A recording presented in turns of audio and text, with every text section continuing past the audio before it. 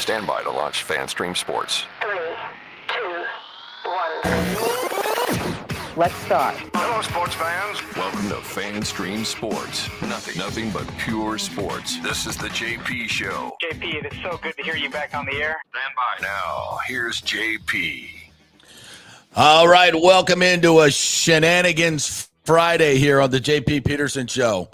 Yeah, I'm sensing lots of shenanigans. IndyCar Tim is with us in our Dallas affiliate studio. Good morning to you, my friend. Good morning. I cannot wait to hear about the Rays game shenanigans with you and TJ.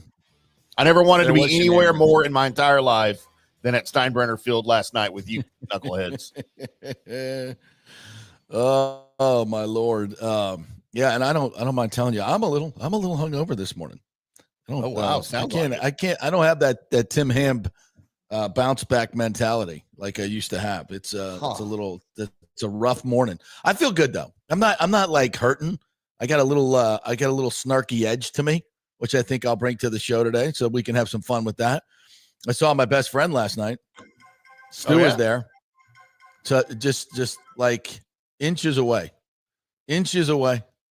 I was going to go talk to him, but I thought, 4 IPAs in, that's not going to end well. That's just not going to end well. He might have bought you a fifth. You never know.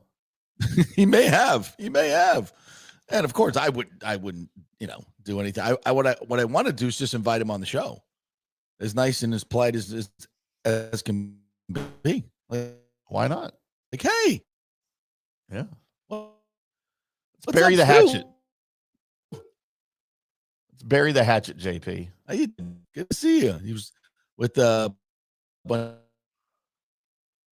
he's always at my yeah. So I decided that in the end, better just take. So I didn't.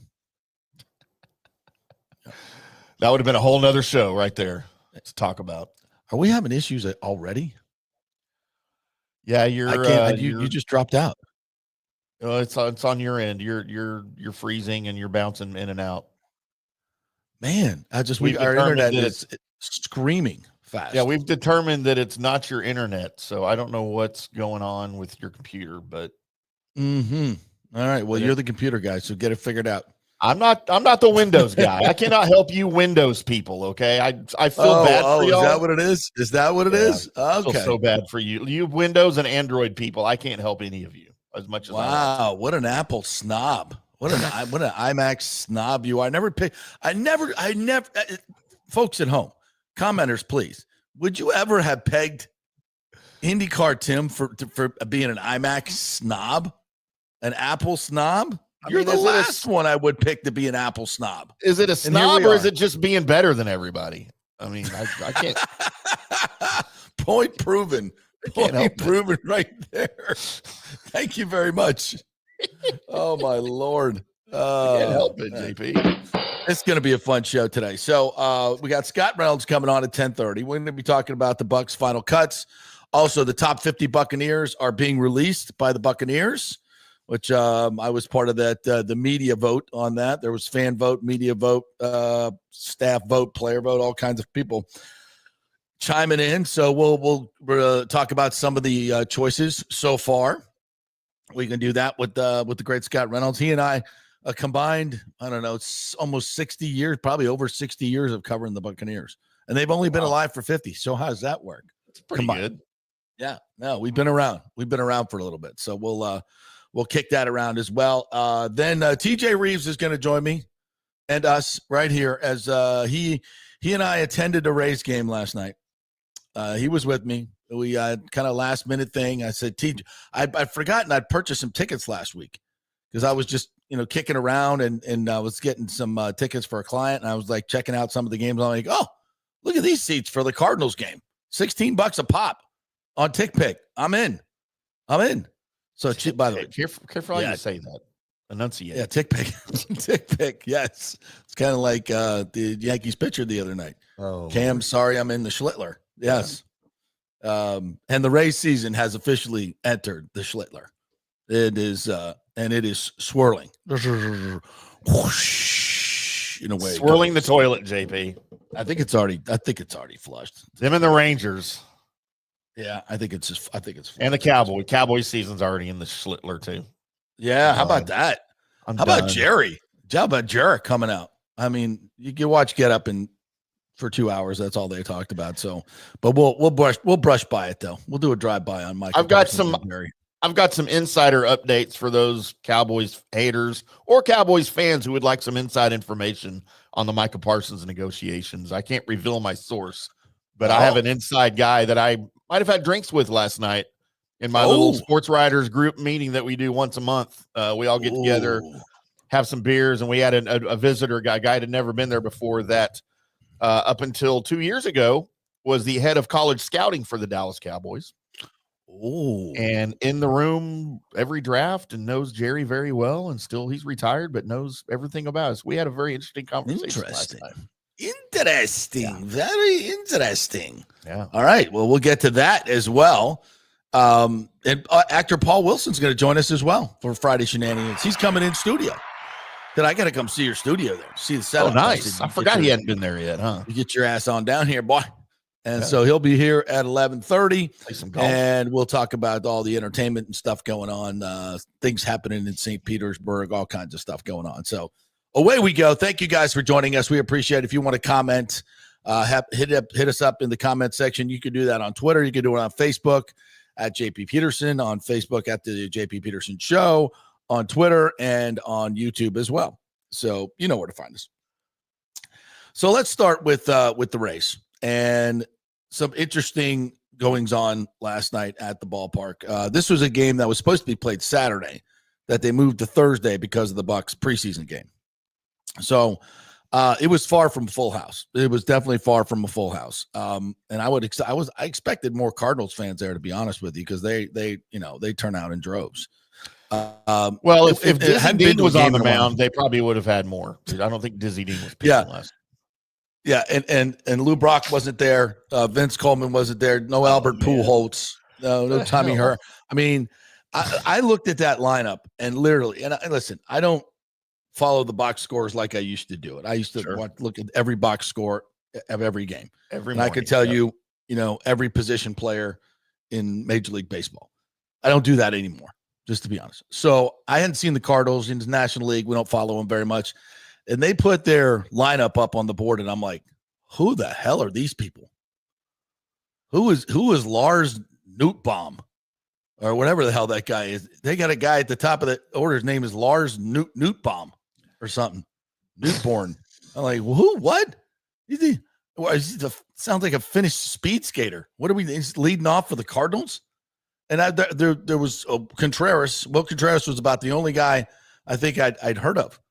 For the most part, and it was just a whole lot of nobodies. And the Cardinals are with 2 games under 500. They're 4.5 out of the wild card, so it's not like they're not competitive. But I was like, what happened to the Cardinals? I mean, the Cardinals consistently drove 3 million people in St. Louis, one of the greatest baseball towns in America. It's a great stadium, consistently. Great stadium, great area. They have great area, everything. And I mean, what's their payroll like? Have they gone south on payroll too? Like who are these people? How are the mighty Cardinals? They did not have one superstar player. They have a lot of guys hurt. Like I should have done my research, quite frankly, but I did not. So I was surprised at that. And the Rays played a dreadful game. It was a dreadful game. And it wasn't that hot either. I was very comfortable. We're sitting there. We were a couple of high school coaches next to us. Lovely elderly couple behind us. One of the ladies in a wheelchair. In fact, we'll put the video up when TJ comes on at 11 o'clock, where he caught a foul ball and let all the folks around us kind of hold it, and and then he gave it to the old ladies. It was a very sweet moment. It's a very sweet moment. So the Rays played a dribble. They had 2 errors. It probably could have had 5. Could have been charged with 5.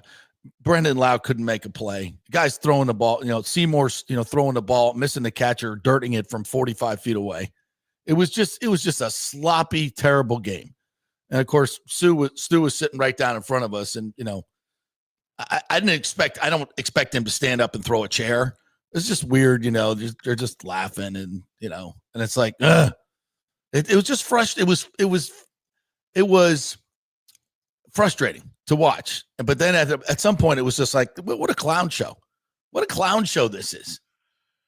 I love the park, but it's a minor league park, and I love playing outside in the intimate place. It's really, I'm going to try to go to as many games as I can because it's such a treat to be able to watch Major League Baseball in a minor league intimate park like that. It really is a treat.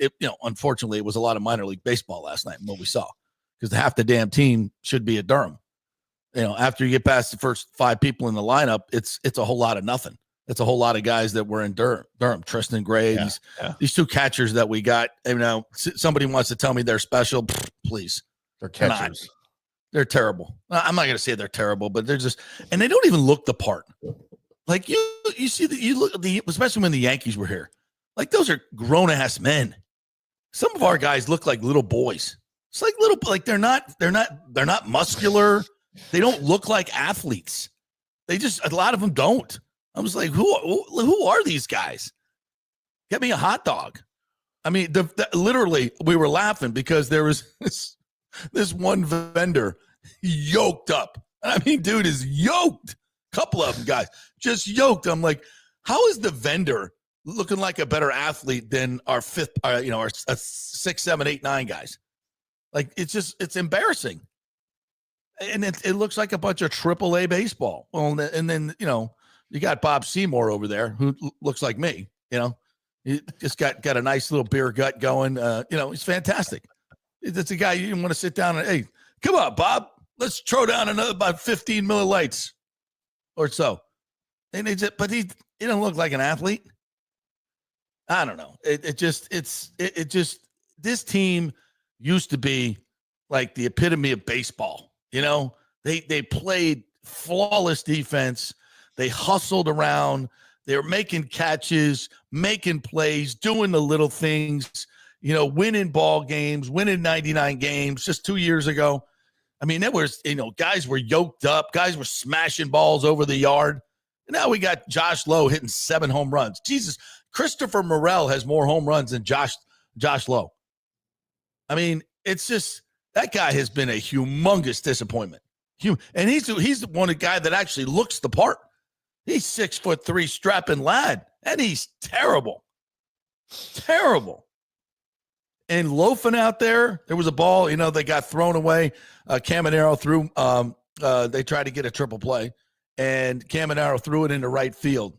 And Josh Lowe, he wasn't even back into play up at all. He just was kind of, lollygagging out there. And then when the throw got away, then he ran. That's not how you play baseball. Is there anything worse than a lollygagging baseball player? No. In sports, is there anything worse than a lollygagging baseball player? I don't care what position you play. If you're a lollygagger, you don't belong in the game. I got no time for you. And I'm dead serious. I'm not even joking. Remember, I hate it. Yeah, when you were in a little league, what did your coach say? I don't care what's happening on the field. You better be moving somewhere. You have a responsibility. If you're an outfielder, you anticipate that throw being thrown away at second base, and that's you, and you're backing it up. You're on the move every single play. And that's not the case. And it's good. That's why when you're there at the game, and you can see way more than you can see on television, right? You can see guys that just aren't playing the game the right way. And this team, to me, from an energy standpoint, has completely checked out. Completely checked out. Yeah. And that's on Kevin Cash. And I think maybe he's checked out as well. There's no energy. There's no fire to this team. There's certainly no fire to Cash. It's just, there's nothing there. There's just nothing. It's a whole lot of nothing. And this is embarrassing. So, how they have the lineups up there on the big board, right? Yeah. So, you have the lineup on the big board, and then your averages right next to what they get, the whole lineup, what they're hitting, right? This is what the Rays do when they're up. I don't know if you could see that. Okay. You could have said that to me. That's their OPS. All right. I tweeted it out. I'll send it to you, though. Texted you. Yeah. Yeah. Yes, Ashley. I'm doing the show. They put their OPS up there instead of their batting average. Yes. Now, when St. Louis was up there, it was the batting average. Oh, that's. But when the Rays, I sent it to you if you want to put it up. When the Rays were up there, they had the OPS for most of the time. I think they switched a little bit here and there, but most of the time they had the OPS because the batting averages are so embarrassing. Is that what it's at? That's what it's come to? That's what it's come to? You know, it's just, I don't know. From playing in the minor league park to having a minor league team, you know, the owner's there yucking it up with all his buddies. And I don't, you know, like I said, he's not supposed to be throwing tables and beers and stuff. I get it. Yeah. But it's just like, you know, come on. Let's act like, look at that. OPS. Did they do that every inning? Yes. Yes. You are slitterbonding me right now. That is ridiculous. Wow, these guys can really hit. He's got an OPS of 427. You know, for the casual baseball fan that's there, they just look up at the board expecting to see a batting average, and they're like, holy crap, this team's awesome. Yeah. Yeah. Oh, my Lord. By the way, Chandler Simpson is worth the price of admission. The first inning. He knocks one up the middle, you know, doesn't hit it hard, just contact up the middle, you know, and once he gets it past the pitcher, he's on base. And so he knocks it up. Then the pitcher is all, you know, worried about him at first base, throws a wild pitch. He gets the second. Second batter, who's the second? I think it was Yandy, hits a medium fly ball to right field. And I mean medium. He tags up at second and beats the throw to third. So now he's on third with one out. And Brandon Lau's up and hits a swinging bunt back to the pitcher. But the pitcher doesn't even have time. I mean, by the time he gets to the ball, Simpson is almost at home plate. He just manufactured that run with his speed. And I think he was on 4 times last night, 3-4 times last night, scored a couple of runs. He is just scratching the surface of what he can do in this league. He needs to improve his defense. He needs to be more decisive in the outfield. He needs to be better reading pitchers. He gets big leads. He takes nice big leads. He's very aggressive, but I mean, he can literally steal 100 bags with his contact rate and his ability to get on. He should at some point be able to steal 100 bags, which is insane for this in the modern day. So I love watching Chandler play. He's been fantastic. Yandy, what yard last night? I think so. Yeah. Hit one into the right field bleacher. So there were some moments, but there were far too many bungling errors. There was one play where Lau just boots this routine ball. He looks to first base and Seymour's going to cover. And I guess his feet got tangled up and he just fell down. He just fell down. And it's like, TJ's like, put Chico's bail bonds on the jersey. And I'm like, where's Buttermaker? And then By the way, I I tried to watch part of that. Beer. I tried to watch part of that. Go to the Copper Tail. I'm like, what? Oh, Bad News Bears? The new one. Remember, we talked about him the other day. Tatum The Walter O'Neal's Matthau one was great. I tried to watch part of that. Oh, the new one? I couldn't get through it. Nothing against Billy Bob Thornton. Who's in the new one? Billy Bob Thornton plays Buttermaker. I love Billy Bob. He would be great for Buttermaker. And he did a fine part in the role, but, they cleaned it up. Like he wasn't as abusive to the kids as he was in the original one, and the language was cleaned up. It just wasn't. Oh, well, then that's It's like trying to remake Blazing Saddles. You just couldn't remake Blazing Saddles, right? In this day and age, you can't do it. You can't do it. Yeah, so it was like, I go get my second beer, and so TJ brought my first one. It was an $18 IPA, 16 ounce in a can. I'm like, wow, that was more than I paid for your ticket. So thanks, I appreciate that. So I go get my second one, and I get a draft Coppertail IPA, the Unholy, the triple, with tip, 16 ounce with tip. What do you think? I think I did the fifth. They spin it around. So she just, she poured a beer, so she deserves a tip. You're just talking one beer, one tip, right? Not like a tab or anything. No tab. One beer, one tip. Did you spend $20 total on one beer? $23 total. $23 on one beer. And how much did you tip? 15%, whatever 15% was. Oh, so, all right. Yeah. So, they spin it around and you hit the 15%. Look, my rule of thumb on tipping on one beer should be $1. Is $1. It's $1. I tip $1 minimum. If I get 2 beers for, I'm buying me and everybody around, I'll tip $1 a beer. $1 beer. But if I have a tab running, right, and I run it and I just pay at the end of the night, well, then I kind of go on service, if 20, 25%. Yeah. Yeah. If my tab's $50, $60, I'll tip out, $10, $15 if she's cute. Maybe leave my phone number in there too. Of course. Of course you would. Yeah. It's a $23 freaking beer, man. God, I used to be able to get 2 cases of Natty Light for that. Maybe 3. Maybe 3. Jiminy Christmas. So anyway, TJ will join us at 11 o'clock, and we'll talk more about the experience that was the Rays game. But man, it's brutal to watch. It's absolutely brutal. It's just thank God football season is here. Thank God football season is here.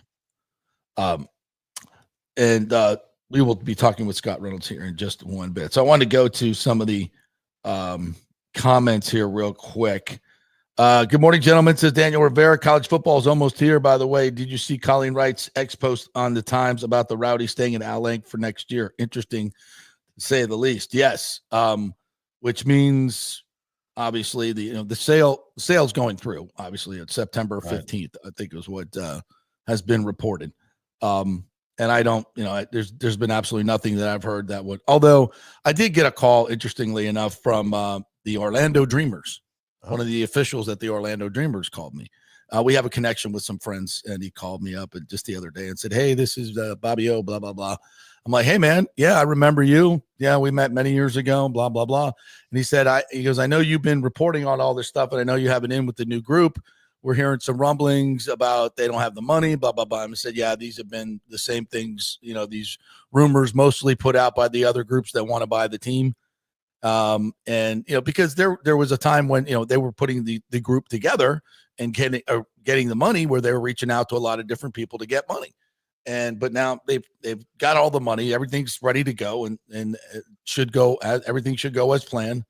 September 15th, close the sale, and then there'll be kind of a ceremonial handoff after the season, probably press conferences, et cetera, et cetera. So, and Zalewski, I've been told, will be coming on this show.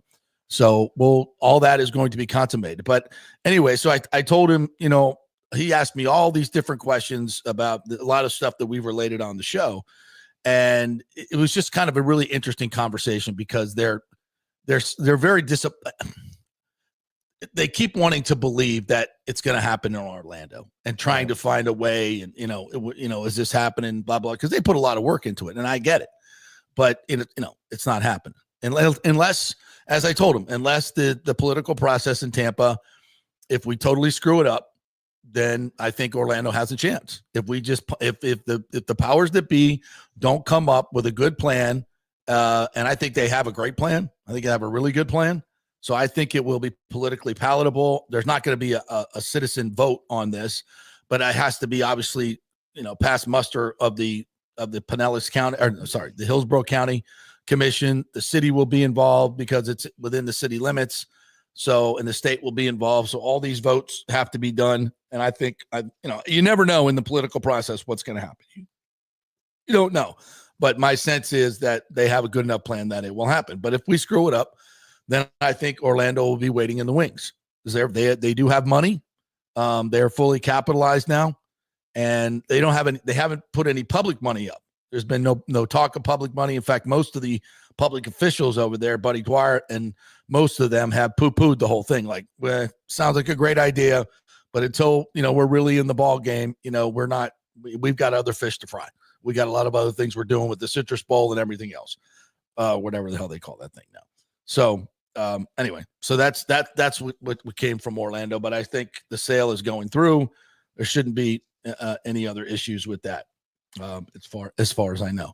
All right. So before we get to Scott, you want to hit me with what you found out about the Cowboys situation and Micah Parsons?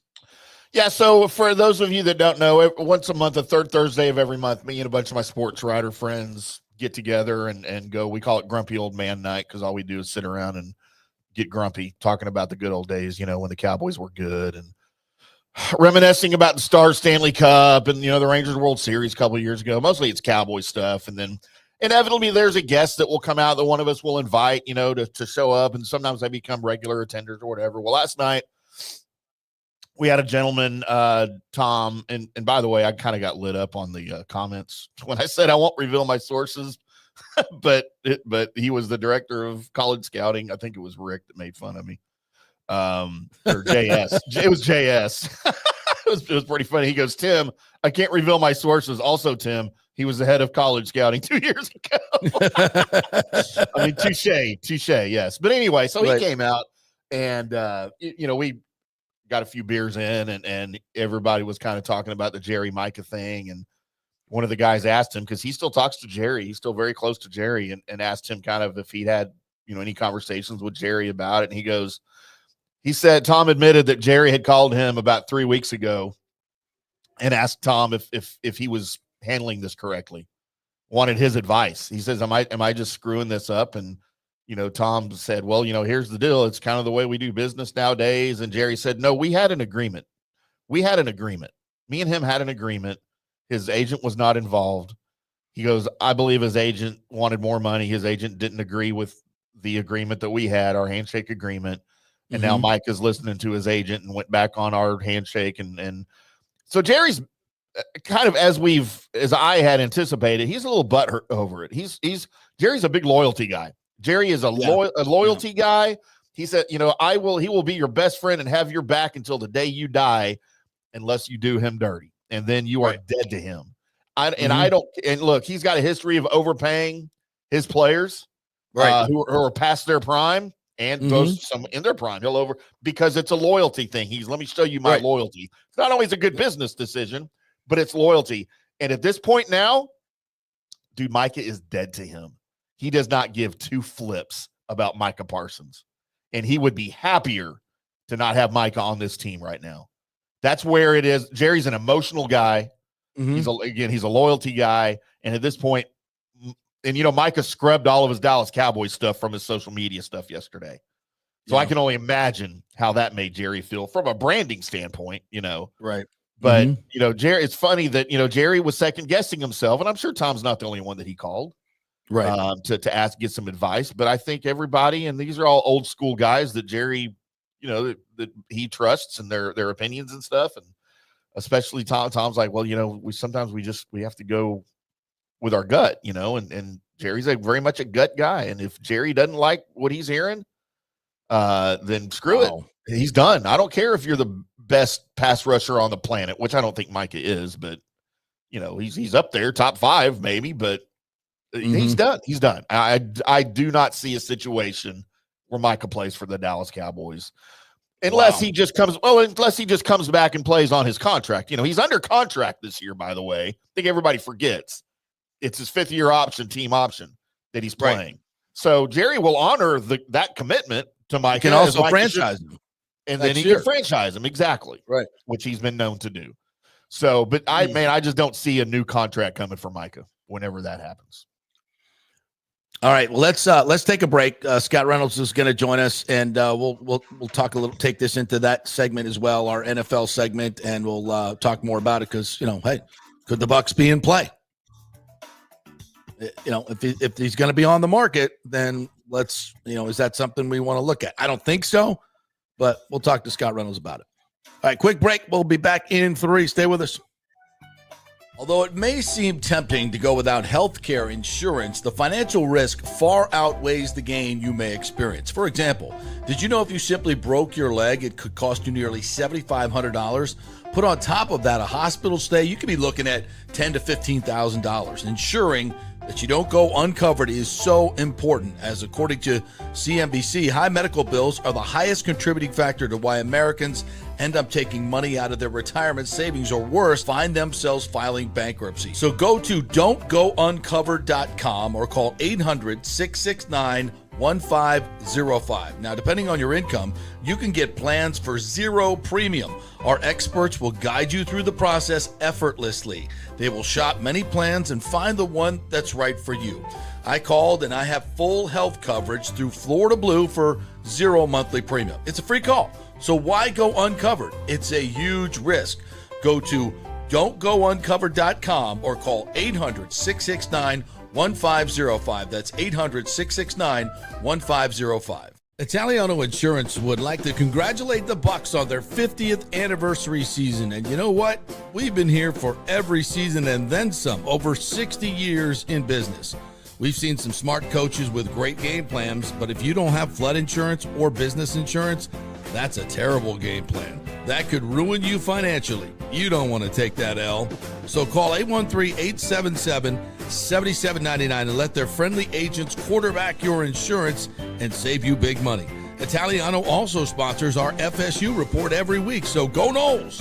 813-877-7799 or go to italianoinsurance.com. JP here for Riveters, our new official sports bar and grill of the JP Peterson Show. And just like our show, no BS, no corporate chain feel, just amazing, authentic folks serving great comfort food in a casual atmosphere at unheard of prices.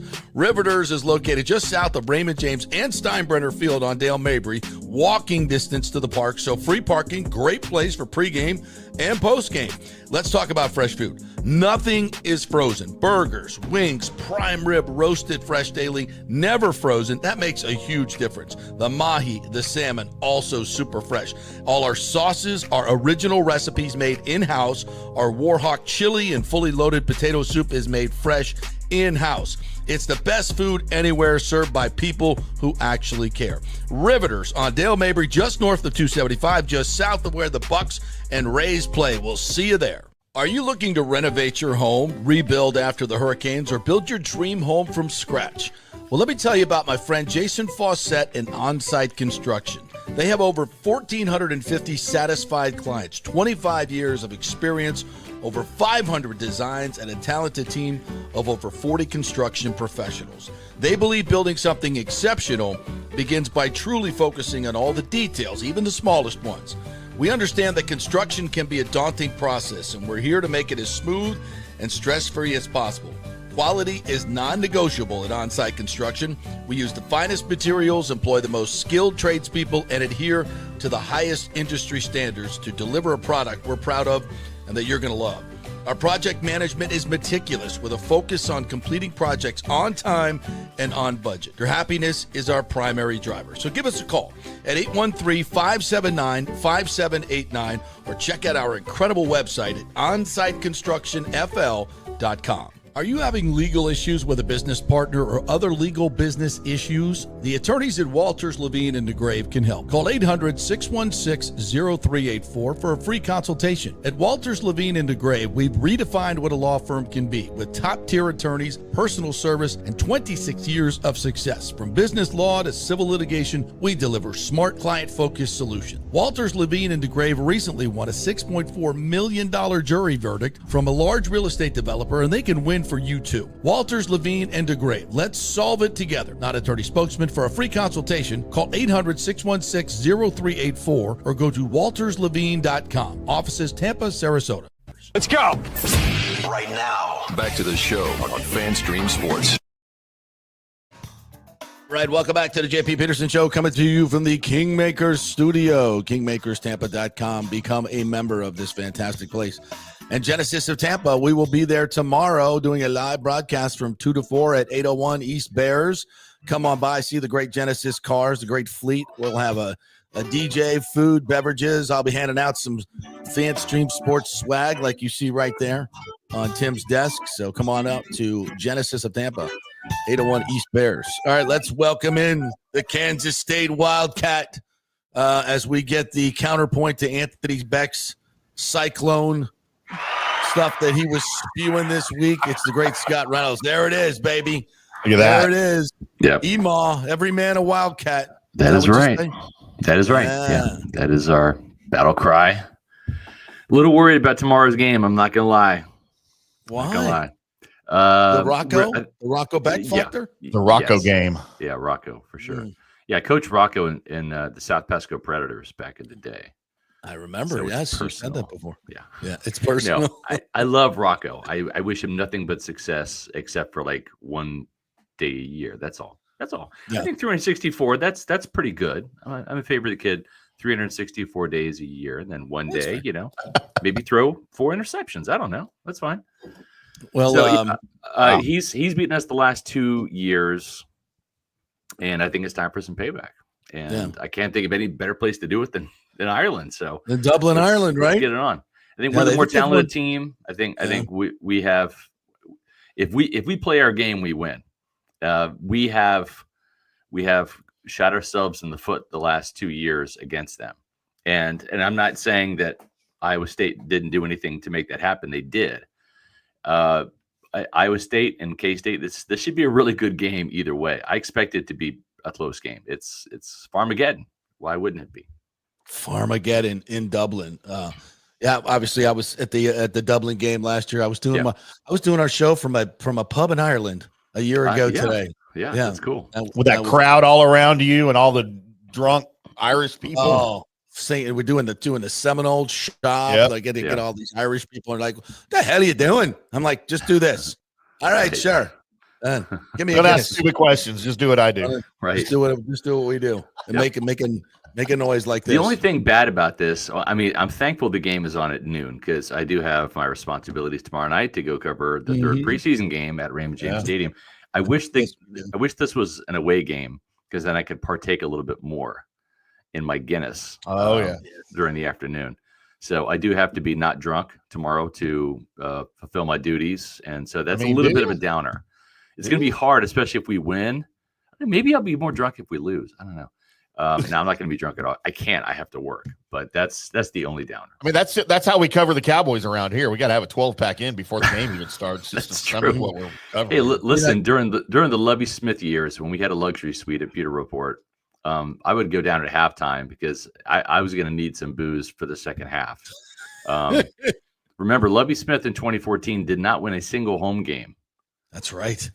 Okay, they went 2-14. Both of those wins were on the road. I mean, in my opinion, the worst Bucs coach in franchise history, easily. Wow, worse. He kind of checked out by that time. Yeah. Worse than Shannon. Yeah, Shannon won like 7 games one year. I don't think Lovie won 7 in 2 years. Oh, we're just going by wins total. Okay, then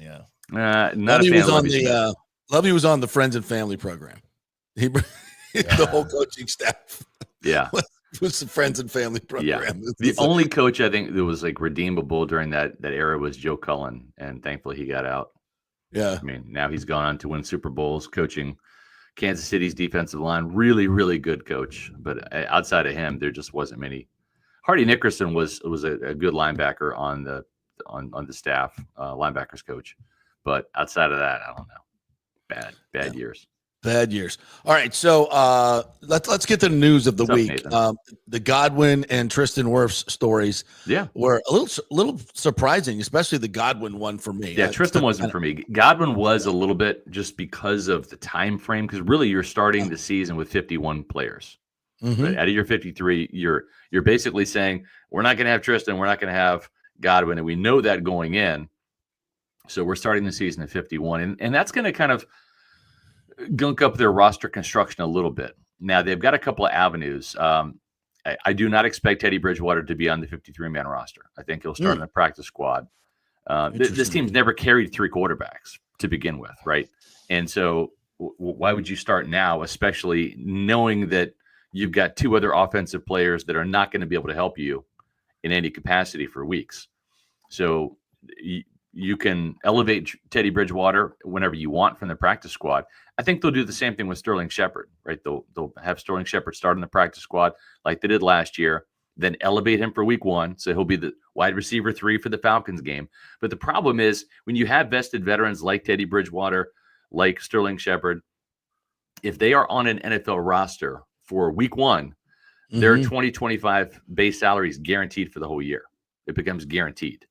And so teams like most salaries, if you make the 53, obviously, right? Well, no, I mean, like you can cut You can cut a player and they're gone and their money's gone. But if you're a vested veteran like those guys are, I mean, Teddy's got over 10 years in the league, same with Sterling, then it becomes guaranteed. So what I'm saying is just if you make the 53, it's rare to get cut at some point during the season. True. Yeah. I mean, yes, unless you're like a practice squad guy coming up and then, and then they cut you to put you back down there. Correct. Do you think there's a possibility, though, that someone comes and claims Sterling Shepard or Teddy Bridgewater? No, you can't claim them because they're not subjected to waiver wire claims because they're vested veterans. So if you put them on the practice free squad, agents. Yeah, if you put them on the practice squad. But they can't get claimed. Okay, so like you know what I'm saying, like they just become free agents. They become free agents, yeah, and it's a wink and a nod deal. It's like, hey, this is our game plan, and I'm sure all of this was explained to Teddy Bridgewater when he came in and signed with the Buccaneers. This was our plan for you, right? And I think with Teddy Bridgewater, it's going to be kind of break glass, in case of emergency. I don't think he's going to be on the active roster unless something happens to Baker Mayfield. I think the plan would be Kyle Trask the team feels comfortable enough with Kyle Trask getting the Buccaneers out of a game. And then if Baker Mayfield, let's say he sprains a knee and is going to be out 2 to 4 weeks, then obviously Bridgewater would be signed to the active roster. They would make a roster move, signed to the active roster, and then probably reevaluate and say, we're going to go with the experienced hand here in Bridgewater because we need to win these games coming up, and Kyle will be the backup. Or they give Kyle Trask a very, very short leash, right? Like, we're going to put you out there as the starter until you screw up. And then when you do, Teddy's coming in. I think that's the scenario that seems most likely to play out. So why are we even dealing with Kyle Trask then? Why not just have Bridgewater as the backup? I mean, he's the better option, whether it's short-term or long-term. Here's why. Because Kyle knows the entire playbook. Teddy has yet to learn the entire playbook. Right. Teddy can run certain packages, right? He's literally only been here less than 20 days, right? So, and he does not have the rapport with these receivers yet. And I want to say he's probably practiced, 6 times now? 6 practices. So Kyle's been here for the last 5 years, but really more importantly, the last 2 years. Because he's been in this system. He has thrown passes to every single receiver, running back, and tight end on this team multiple times. So in practice, not in games, but in practice. So he has a better understanding of what the offense is and can do. And Todd Bowles loves him, and Jason Light loves him. That's why they re-signed him. And the only thing is they just don't know what he can do in a regular season game because he hasn't had a chance. And I'll go back to last week. If you put Kyle Trask in with the starting offensive line, with the starting receivers, tight ends, and running backs and stuff, I'm not saying he can't do what Teddy Bridgewater did. Now, those were 2 really good money throws. Don't get me wrong. Maybe they find the end zone in different ways. Yeah. But let's not forget, in the Tennessee game, with the backup offensive line and Emeka Egbuka and Jalen McMillan, he put 13 points on the board, 3 scoring drives. Yeah. So we're going to see a more fair fight now on Saturday night because neither one of these guys is going to have Egbuka. Obviously, no Jalen McMillan. They're going to have the same cast of characters, the same offensive line to work with. And I think Kyle's not going to maybe be as bad, and Teddy's not going to be maybe as good. And I think it's going to be a little bit more fair. We'll see. We'll see what happens. Kyle going to start? I think so, but I don't know that it matters really. Yeah. I mean, it's the same cast of characters. There might be throughout the whole game. Yeah, probably. I mean, Connor Bazelak will probably see some time in the fourth quarter. With maybe some third string guys or whatever. But really, here's the problem. You only have 90 guys. And if you're keeping all your starters out, and I would even expect Charlie Heck to be out. Right. There's only so many offensive linemen you have now. I know. So they're all going to play the whole game. They're going to have to play the whole game. Yeah. Oh my God. That's going to, that fourth quarter is going to go quick. I guess my thing with Kyle Trask is and again, Scott, I don't watch them every day like you do. And you guys follow them way more closely, but even Teddy Bridgewater knowing 30% of the playbook to me is more effective than Kyle Trask knowing 100% of the playbook. Well, it's like I said, they believe that Kyle Trask could get them out of a game. All right. Right. And that's why he's number 2. And if if something were to happen to I Baker, get it. then they reevaluate. And again, I would not be surprised at all if they inserted Teddy Bridgewater. It's like they like Kyle Trask. They don't love him. They like him, right? Well, they liked him enough to Teddy extend wouldn't him be- this offseason. So, Yeah. yeah. So let's put this way. They like him a lot in the offseason and in August. And September through January, we don't know how much they like him. Let's not find out either. Let's have this be a conversation for this week, and then who gives a crap? We don't have to care. Yeah, exactly. Kyle or Teddy. Baker couldn't run or throw in the finale a couple of years ago, and they still didn't put Trask in. Oh, yeah. I mean, he was banged up, but they figured they could win Against the game. Panthers, yeah. Am I wrong? No, you're right. Well, they had to win that game too. They had to win it. They had to beat the Panthers. So yeah, they're going to go with. And the so same thing with Baker. Right. I mean, trust me. If let's say if Tristan Wirfs is coming along, and for whatever reason the Bucs stub their toe in week 1 and lose to the Falcons, and then Houston, let's say the pressure gets to Baker and those two defensive ends go off and Charlie Heck looks bad. If Tristan Wirfs is not ready to go by week 3, they might say, we'll take a 65% Tristan Wirfs over 100% Charlie Heck and trot him out there against the Jets. Right. You only have 17 Sundays, fellas. Right. Mondays or Thursdays, whatever. 17 bullets. That's all your clip has. That's it. At a 365 days. The urgency will ramp up at 0-2. There's no doubt. Yes. Yeah. The whole we want to take our time with Tristan. Okay. Well, you better. the asterisk is there if we're 2-0, or even 1-1. If they're 0-2, trust me, you'll see Tristan Wirfs against the Jets, like whether he's ready or not. So I had this somewhat existential crisis with the Bucs on one Monday or Tuesday or whatever it was when I think when the McMillan injury was announced. Mm-hmm. And I'm like, okay, at this point, I'm going to start saying I'm a little worried that these injuries have mounted so much that it's starting to take the special away from this team a little bit. I don't think so. I'm okay with it. Yeah. And I came off the panic button a little bit, but I was like, okay, J-Mac, they expected. I was listening to Josh Grizzard on your show, and they expected a lot of him, and they had big plans for him. And now he's gone. Godwin's taken longer than we thought. Okay, now Tristan Wirfs. Now, thank God Rachaad White came back. But then I was like, you know what? Even if we're down a couple receivers, Rachaad White can play in the slot. That's right. They've got flexibility now with Devin Culp. They really like Devin Culp, as you know. They really like Payne Durham. Yep. These guys are all options now. You don't have to have 4 receivers or even 3 on the field every single play. Right. They have lots of different. They have a lot of versatility. He ran 3 straight plays, including the touchdown to Bucky Irving in empty out of 11 personnel. You put Cade in the slot, put Bucky flanked outside, and they went empty with 11 personnel, which is 3 receivers, 1 tight end, and 1 running back, which is a regular formation. Yeah. So there's a lot of ways to skin a cat, and we've seen a ton of screen passes, a lot of quick stuff. For any Buccaneer fan that's truly gripping over not having Godwin and McMillan to start the season, let me just remind you, Mike Evans, Emeka Egbuka, who really is Chris Godwin 2.0, just telling you. Sterling Shepard, who's had a great camp. He's had a great camp. Phenomenal. Tez Johnson, Cade Otton, Payne Durham, Devin Culp, Bucky Irving, Rachaad White, Sean Tucker. And then I'm going to throw Ryan Miller in there too. I think Ryan Miller makes the team, and he's had a really good camp and if he's wide receiver 5, like I'm fine with that. It's a lot. There's a lot of weapons. Yeah. I mean, don't feel sorry for Baker Mayfield. He's got plenty to work with. He really does. And remember this team had really essentially J-Mac and Mike Evans and Bucky kind of down the stretch last year, and Rachaad a little bit. But they still won a lot of games. And the defense is going to be better this year. The defense is playing really, really good. So this is not going to be the offense wearing superhero cape for week 1 through week 18.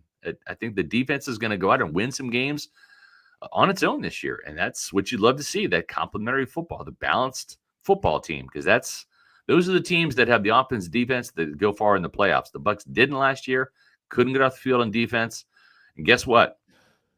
They scored 20 points on offense, and it wasn't good enough. So. And keep in mind, too, that this new kind of so-called makeshift whatever offensive lineup for the Bucs, if they throw that out there, the Falcons and Jeff Ulbrich, the DC, and then Matt Burke, DC in Houston, they don't have game film of any of these guys playing in this type of lineup. So it could be an advantage offensively I know the scheme will remain basically the same, but there's a lot of new wrinkles, though. I mean, I can't talk about them, but like if you're at a training camp, you saw a lot of new wrinkles, and they're going to repackage what worked last year and run it. It's going to look a little different, just to kind of give you a little bit of eye candy if you're on defense. But then they've got some things in store. The other thing that's interesting, and I'll just say this, we really haven't seen much pony package in training camp, and really the Buccaneers are about to go dark next week, which means for the next 2 weeks they're going to be practicing where the media will see the first 30 minutes of practice, just to see warm-ups, calisthenics, a little bit of indie, just to see who's out there and who's not from an injury standpoint, and then we're gone. And that's when they're going to, I think, do a lot of the game plan stuff and install that. And remember, they ran pony last year, so it's not brand new. I mean, to Charlie Heck it will be, but guess what? He's not Rashad or Bucky. He's not getting the ball. It's just a blocking scheme for him. But that's another element, too, that we haven't seen a lot in training camp, but is still in Josh Grizzard's bag. And they're not going to show it in preseason, but that could be an element we see, too, to help the Buccaneers navigate maybe being down a couple receivers to start the season. Scott Reynolds joining us here. So as we get to this final roster cut down, do you expect any surprises? I don't. I think we're pretty much set. I know people have talked about, maybe Jamel Dean. I'm like, they're not getting rid of Jamel Dean. They're going to pay him anyway. No, get rid of the corner. He even played a preseason game. He's been out for 3 weeks with a hamstring. I know. So I hope they didn't draft another Jamel. I don't expect any of this. So we were just talking because, and by that I mean an oft-injured corner. Benjamin Morrison has way better hands. Yeah, thank you. Yes, specifically. Yeah. But we were talking about the Micah Parsons deal, which is really interesting. Jerry's really pissed now because he feels like he had a deal and they was reneged on. So he's out there. I don't think he's a fit for the Buccaneers. If they were to trade, Yaya Diaby, I don't think then they'd have a spot for him. Yeah. But I just don't think it fits from a culture standpoint. You're going to have to pay him so much money that it's going to wreck your salary structure. And you're bringing in an outsider and telling all these other people that have taken less money, hey, we got to pay this guy $40 million a year. I just don't think it works. So I don't expect any big changes. Do you? No, and if you wanted to do something like that in your Tampa Bay, you could do yourself better and just go get Trey Hendrickson. That's right. Yeah. I think he's better and he's more stable and he's not way better the locker room question mark that Parsons is to me. He's a Florida guy too. He went to FAU, and I don't even see that deal happening per se. My guess is they might take the flyer on like Jadeveon Clowney. Really what they're looking for is a backup edge rusher. They're looking for someone that, in case Chris Braswell, and this can be a big night for Braswell. If Braswell shows up and performs well and can show some more pass rush, like at least where the arrow's pointing up, then maybe they see how it plays out. They're going to be looking at edge rushers on the waiver wire too. Remember, Jason Light picked up Jaquez Smith in 2014 off the waiver wire. He wound up with 6.5 sacks that year and wound up starting. And then in 2018, they picked up Carl Nassib off the waiver wire. And I think he had 5.5 or 6 sacks that season as well. And then was the team captain the next year when Jason Pierre-Paul was out for half the year with coming back from a neck injury from a car accident in the offseason. So Jason Light has found some pass rushers before that have come in and made an impact from the waiver wire. So whether it's getting somebody off the waiver wire, which means a player who's still has 4 years or less in the league when roster cutdowns happen, or maybe kicking the tires on someone like Jadeveon Clowney to see he had 5.5 sacks in Carolina last year. Again, you're not looking for a down in, down out guy per se, but the second string lineup of Anthony Nelson and Chris Braswell does not strike fear in me if I'm a quarterback or an offensive coordinator. Yeah, true that. Eric, any surprises for you on the top 50 list for the Buccaneers so far? No, I mean, they've done a great job rolling all that out. Really good stuff. I appreciate it. Thank you. It's kind of crazy. The Buccaneers are so talented. And you contrast this with Tennessee. When Tennessee rolled in here for the joint practice, new coaching staff, new quarterback, complete rebuild, right? Year one of a rebuild. Tennessee probably came into Tampa prior to that first preseason game saying, we got maybe 20, 25 guys that we know are going to be on our roster this year. And you can't keep them all from the previous year because you sucked. That's why you had the first overall pick, right? So you need roster overhaul. You need new, better players. But Tampa Bay, I just kind of did this exercise when I did my first 53-man roster prediction a couple of weeks ago. My final one, my SR's Fab 5 column is up right now on pewterreport.com. You can easily pick 20 guys on offense that would make the team. Easy. Yeah. You could easily pick 20 guys on defense. That's 40. Then you have the 3 specialists, right? The punter, kicker, and long snapper. That's 43 guys out of your 53. That are locks.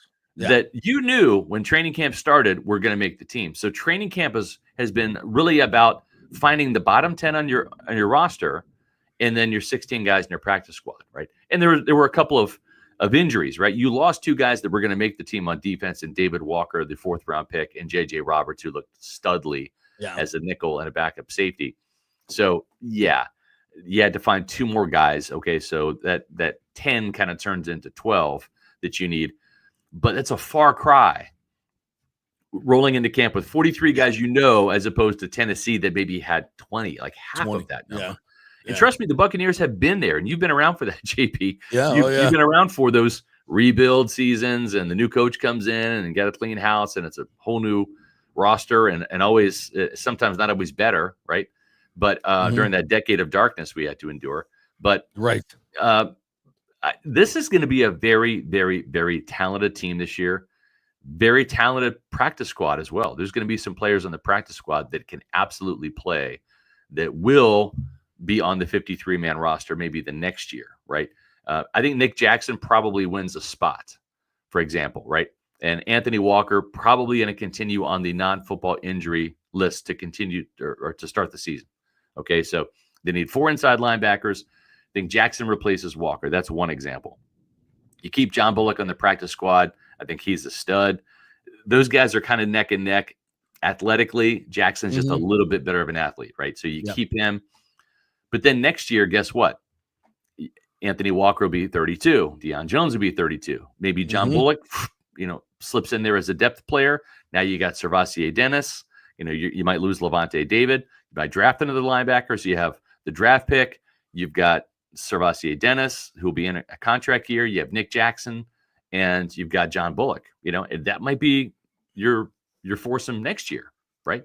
So I like a lot of the guys they're going to cut, and they're going to end up on the roster either as injury fill-ins this year, or guys that can continue to develop for next season. And I don't know this to be fact, but I would assume they're going to keep Desmond Watson on the NFI, the non-football illness list. Yeah. And I think just redshirt him, because they can do that all year. He's clinically morbidly obese. That's the clinical term. I'm not picking on the kid. Yeah, that's a term. That's just what he is. And I think I am too. Well, I mean, a lot of us are, but he more than others, right? At 400 plus pounds.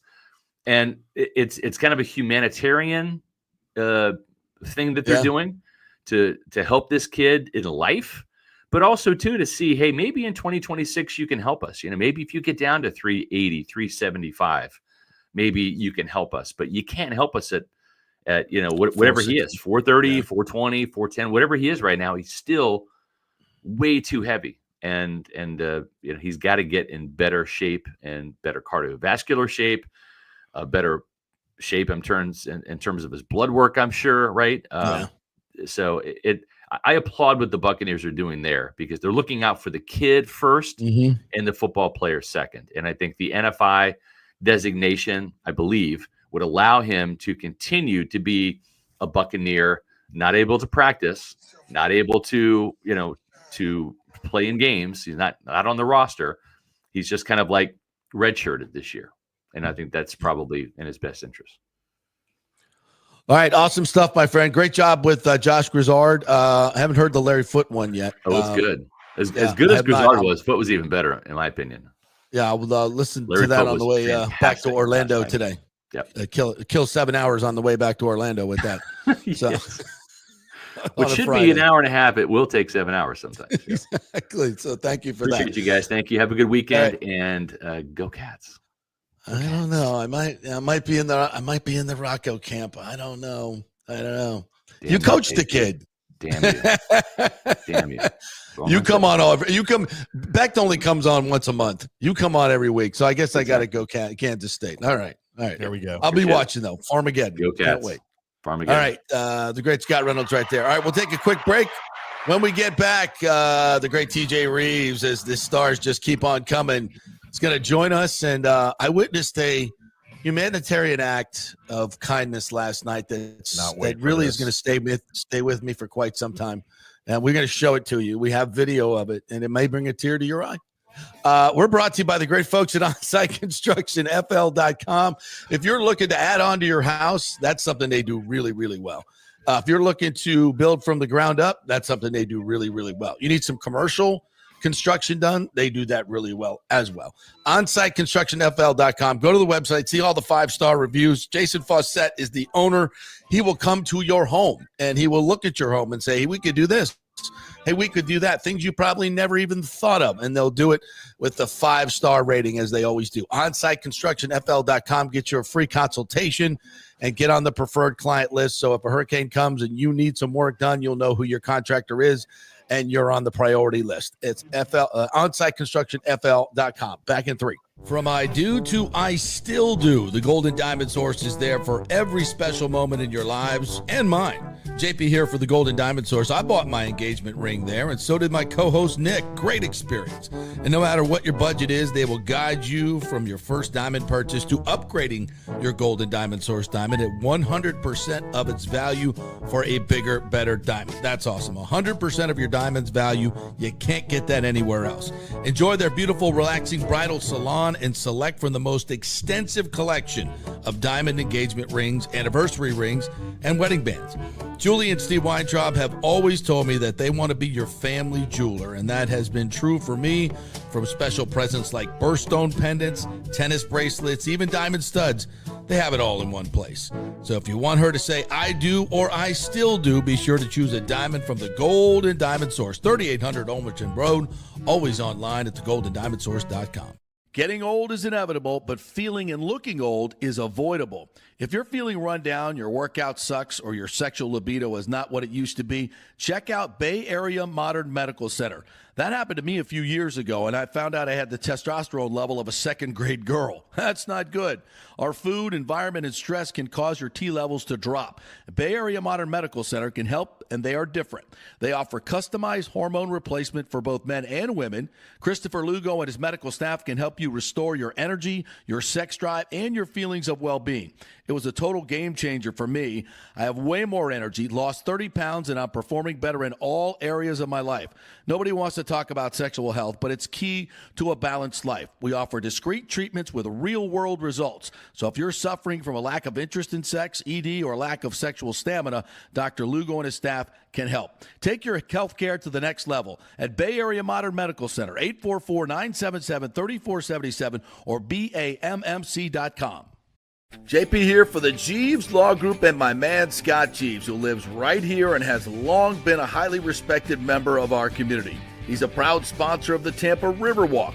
Jeeves Law Group is also a proud sponsor of our Grand Central District in St. Pete and has neighborhood events throughout the year. He has an office on Central Avenue in St. Pete and one on South Howard in Tampa. You can't get more local than that. So when you need an attorney, you're going to hire some huge firm that advertises all over the state or the one that supports your favorite sports show. It's the Jeeves Law Group. We're local, we're trusted, and we get results. For personal injury and personal attention, call us for a free case evaluation. That's 8889-JEEVES. That's 8889-JEEVES. With this record heat in Tampa Bay, you better have your AC unit running at peak efficiency. Third Generation Plumbing installs the best American standard AC units. Our split systems offer the highest efficiency available while reducing energy bills and maximizing comfort. That's why Third Generation Plumbing trusts American standard air conditioning, built to last, made to perform.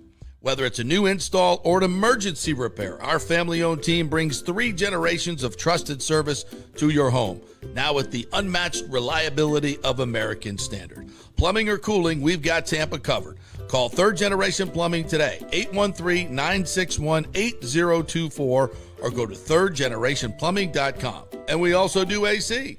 Ciao, Paolo Tini here, owner of Caffè Paradiso, voted number 3 People's Choice Award on Open Table. I want to thank all our loyal family of customers that have been enjoying our great traditional Italian dishes we make from scratch every day. It's a great family story we're proud of. Our family moved from Rimini, Italy in 1984. My dad, Caesar, started Donatello, and that's where I got the start in the restaurant business. I started Caffè Paradiso on South McDill in 1995, and we've been there ever since. From our traditional ossobuco, a veal slow roast for 4 hours, to our daily fresh catch, the Gruppo Paradiso, with a piccata sauce and lobster claw meat, homemade pasta like lasagna, farfalle salchicha, which is a bow tie pasta homemade with fresh sausage. Hold on a minute, JP's favorite. I love it. So come and have a glass of wine with me on South McDill. Get a reservation on Open Table and see all our 5-star reviews. Ciao, see you soon at Paradiso.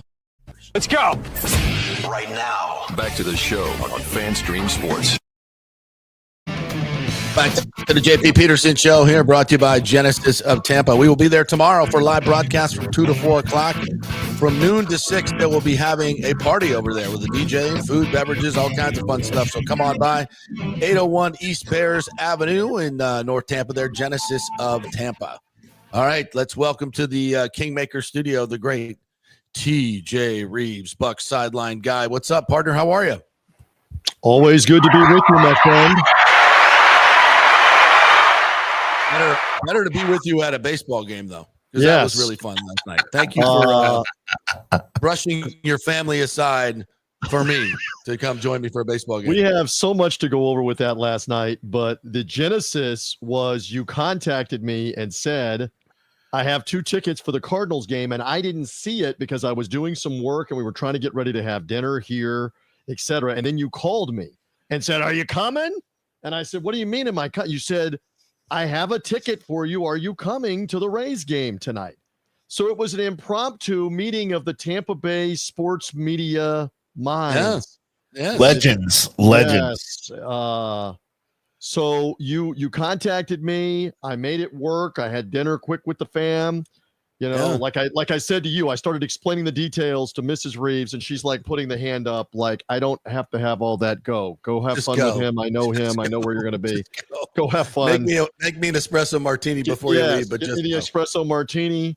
That's Mrs. Reeves good, very big on the espresso martini, as JP knows, but I will out her right here on the live video show. She cares about that and that. Look at There that. you go. So, I mean, other than that, she's like, go do whatever with him. So, so we get there. You graciously had the extra ducat, and right off the bat, you're like, I need a beer. And so we went over to buy the beer, and this is kind of how the evening started for Timmy and the audience. Then we went over to buy the beer, and I'm doing the tap thing. And so many times now, this is what they have us ingrained in. We don't pay attention to the price. We just do the tap and we move on. Right. You're like, you said to me, I think you said, damn, that was $18. And I'm like, yeah, it was $18. You're like, no, my beer was $18. And I said, I think they were both $18. And then you're like, no, you're pointing at the IP, and you're like, that was an $18 beer. And I'm like, okay, well, all right, I guess we're even now to get rolling. That was Then more. you That was came more than the back- ticket. So we're getting underway with the game. You came back and you're like, $23 cerveza right here, $23. $23. It's insane. Oh, I bet that beer tasted great too, didn't it? Oh, it better did. be, it better be something else. I'm not a drinker, but it better be something else if that's the price. Imagine if you spill it. And then If you spill it, my God. I know. And then who knew, because you're ready for the one-liners, you've been zinging them yourself. Who knew that everybody should have been intoxicated, because the Rays kind of looked like they were intoxicated by about the second or the third inning. I have been contemplating since about 11 p.m. last night when I got back home to the palatial Reeves compound and everybody was fast asleep, except for the dog. Did we watch Major League Baseball last night? Is that what we were watching? It was Chico's bail bonds against Central Appliance.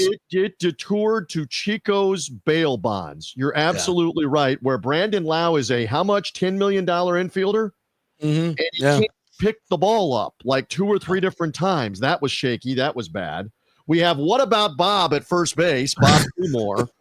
We love what about Bob, but what about himself?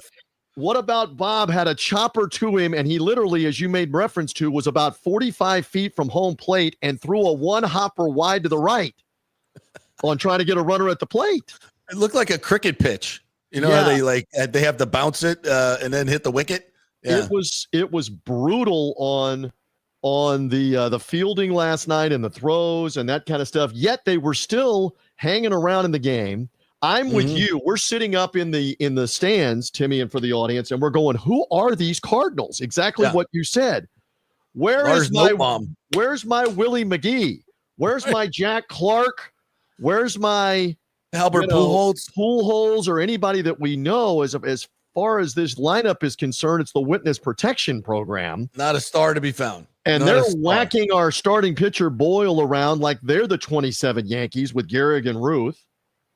So that was a little rough, but we hung in there and we had a good time in the stands and we fellowshipped and we had people around us and we had people on social media sending messages that we should go live. You and I were like doing a show off the air.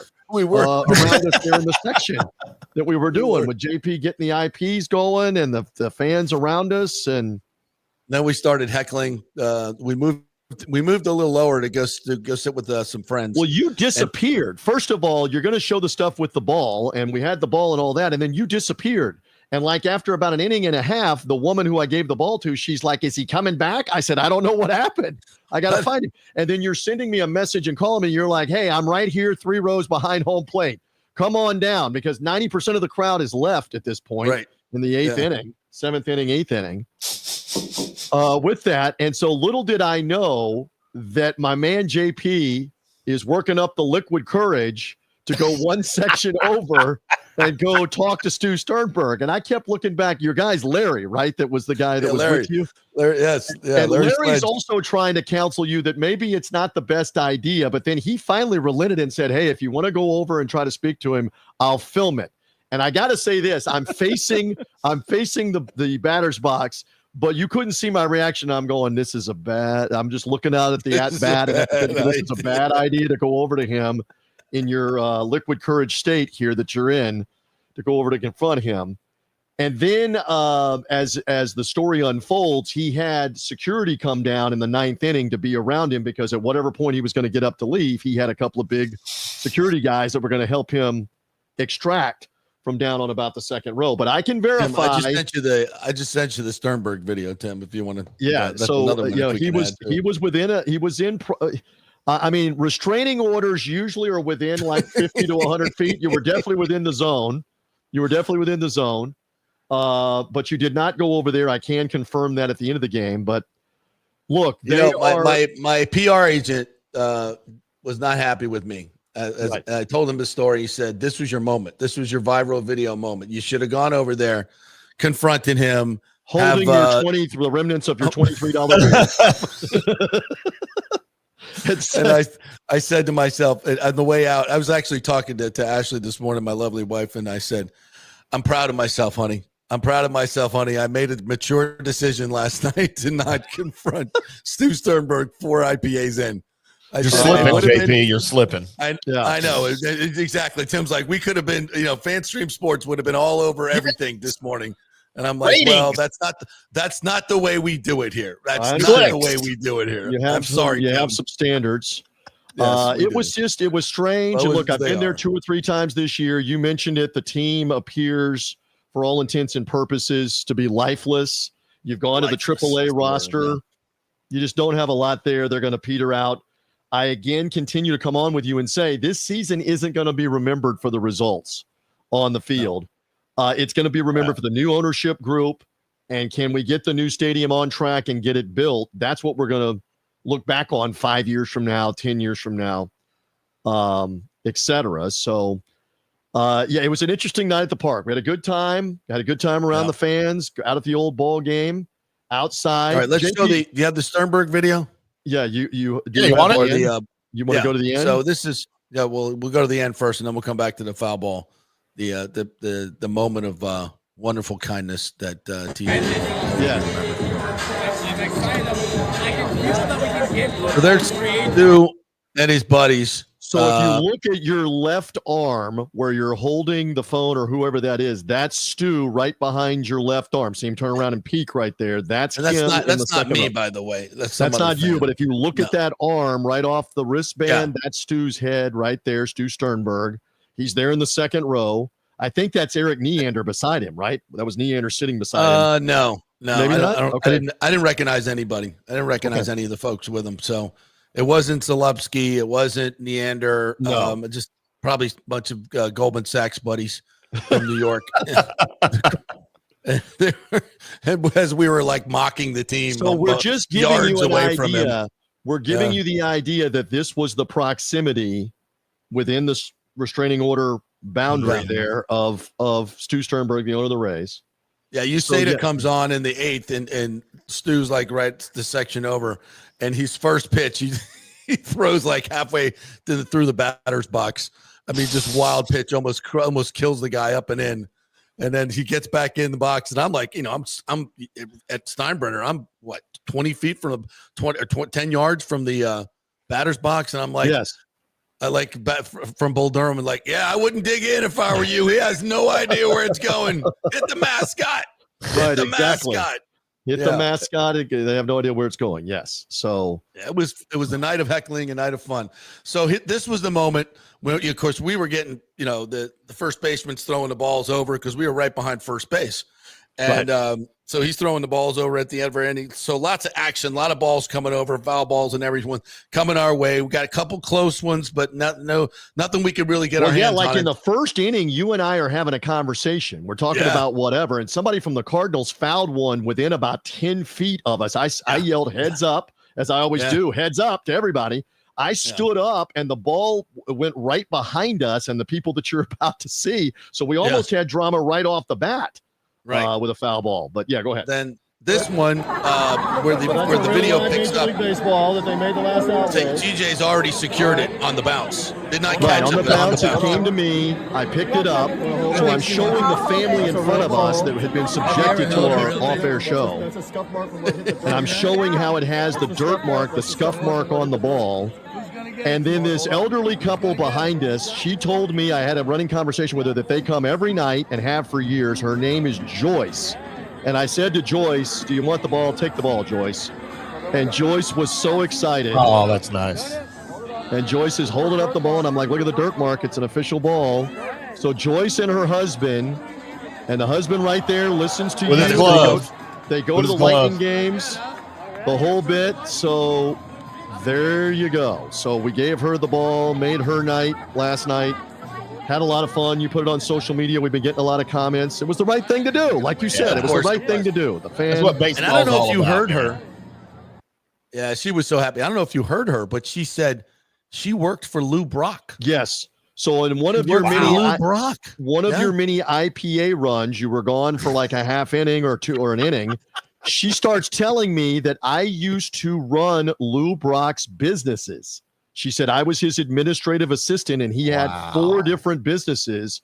And she said I would take all of his calls, all of his messages. I would help him with his bank account, with his accountant, with his different stuff for his businesses. And she's showing me a couple of photos on her phone in her younger years being with Lou Brock, the famous St. Louis Cardinals. Awesome. Yeah. So shout out to Joyce and her husband, who's a military veteran. He's ex-military. Guy, And they were there. Lou Brock too, by the way. Yes. So we had a good time, had a lot of fun stories in and around the old ball game. Thank you for the invite. Thank you publicly for the invite, because it was a lot of fun. To do that more often. Yeah. Go socialize, go be out there among them.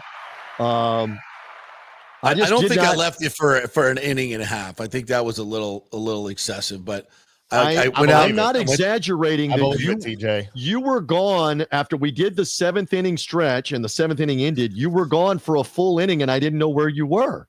And Joyce said to me, "Where did he go?" I said, I had to go run a couple quick Uber routes to pay for my beers. Yeah. So I had to make a little money. to pay for those beers, and then I came back and then went down and visited with the Sledge family, and then I called you and I said, "Come on down, Stu's waiting for you." Yes, and I will tell you, TJ, what JP was doing. Here's why JP was gone so long. JP is walking around the concourse there behind the seating area, looking around, doing this. JP Peterson, who wants to buy me a beer? Yeah, who wants to buy me a beer? It's JP Peterson. Yes, come on. Couldn't find any takers. I was trying to find one more place to get an IPA because they started to close down all the other bars. So by the 8th inning, they're not serving anymore. Yeah. So idiots like me. But in any event, it was rough on the home team. There was a moment with the bases loaded where What About Bob sent one to the warning track. Oh my God! Yeah, and he would have been the story more so than me with the ball and the lovely lady. He almost had grand salami to tie the game there. Yep. Well, that would have been a moment right there. Shoulda, coulda, woulda. Opposite field didn't happen, but we're about 2 feet from a walk-off of the Yankees 2 nights ago. Right. And then what about Bob giving us the lead or tying it up late? So I mean, it's like we joke around, but I mean, Bob Seymour is living the dream, and I did not realize. I looked at something. He hit 30 home runs already in Durham. Yeah. And in the minor league season from April to July. That's pretty impressive. In AAA, but yeah, we had a good time at the park. Thank you again publicly for that. Had a good time there with you last night. So give me your thoughts. As you know, I kind of gave my thoughts earlier about where this team and this organization is at right now for this season. And it's just, as you mentioned, it's just lifeless out there. You know, watching games on TV is one thing. Being there in the park, I think you get a much better feel for the energy of the team, the confidence level of the team. Where's everybody at? I gave my feelings on it. Let's hear your take. At this point, they look demoralized. I know they have the extra wild cards. You got 3 wild card teams, but they're 7 games out, and they have 4 or 5 teams between them on the final ride. Yeah. At this point, it's not realistic that they're even going to be closer to the bottom than the top. Yeah, they have petered out since the end of June. They have petered out here with bad bullpen, can't get the timely hits, etc. So I think you're playing out the string, unfortunately, here for the last 6 weeks of the season. And the Rays are 7 games back of the wild card with the Angels, Rangers, Indians, and Royals all ahead of them. That's 4 teams in front of you for the last wild card spot that you would have to jump. It's not impossible, but it's highly unlikely that you would get on a tear to pass 4 teams at this stage with 6 weeks. Well, there's just nothing. They're not doing anything well. There's nothing that points you. Well, if we just fix this, everything else is okay. If we just fix this, no, everything is bad. Starting pitching is bad. The bullpen is bad. The offense is bad. The defense is bad. Everything's bad. Everything's bad. The beers cost too much money. And by the way, and by the way, the fireworks are embarrassing. The fireworks are embarrassing. It's like we were wondering. I put it there to you. Did the Rays go clean out those tents that are all over Tampa, all over Hillsborough County? No, they didn't clean them out. The July 4th fireworks. Did they go buy the remnants of whatever was left after July 4th weekend from all those firework tents? And that's the fireworks show right now at the end of the year. They're trying, but it's not much. It's embarrassing. Like during the national anthem. They're just using up like what stock they have. Like, we got to get rid of this stuff before the end of the year. Let's just. They're using up the black cats and the M80s and the Roman candles and the whatever they got left out there.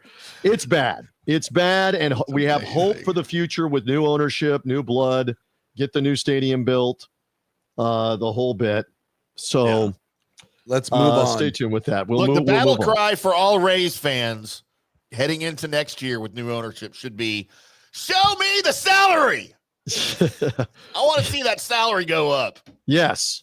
Let's see some money being spent and lower the price of the beers. And then we go from there. Yes, please. All right. Anything else going on with you? We got Buccaneers preseason finale. The fun and the frivolity of the preseason comes to an end tomorrow night with the Buffalo Bills here. Scrubs versus Scrubs. We'll see. If you're into the younger players, this is the game for you coming up because the likes of Garrett Green and Shiloh Sanders and even the running backs Owen Wright and extra players, they're battling for roster spots. We're going to see some of them. And Kyle Trask, I know you've talked a lot about that. I've not been on with you this week. Kyle Trask gets another opportunity here to show that he's not regressed. Teddy Bridgewater clearly in the mix. And stay tuned on who's the backup.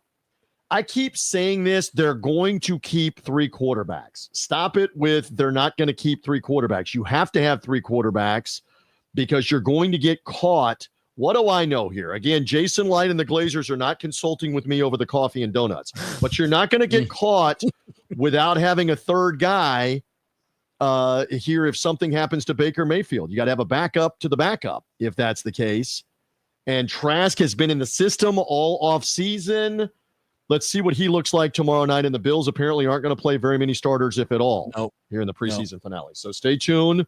And we'll see the Bills in the regular season later in the year in Buffalo. But we'll be there, and then we get to the roster cut downs. And is there going to be a surprise cut? There's going to be some difficult decisions. You cannot keep everybody. You've got to cut 37 guys. So stay tuned. That's going to be coming next week when they start to make their moves. So stay tuned on all of that. There you go. Very good. Well, and I'm looking forward to all the Bucs top 50 that they're revealing. Yes. Who do you think? Can you reveal who you voted number 1? We talked about this before. You went Weenie. You went 2 ones. Totally did. You went Yeah, you went Derek. You went Derek Brooks and Rondé. I went. I had Brooks. 1 and 1A. I went Leroy. I went Evans 3. I went Brady 4, and you had a conniption when I came on with you and told you Brady 4. Brady 4. I have Rondé 5. Slap in the face. Brady 4 is a slap in the face. There are some names. Look, we did media voting. They have executives, and I'm sure the Glazers have the most input here on this, and fan voting. But there are some names already here in the 30s and in the 20s that I did not have in my top 50, which is interesting. No, everybody's list is going to be Mike different. Washington in my top 50.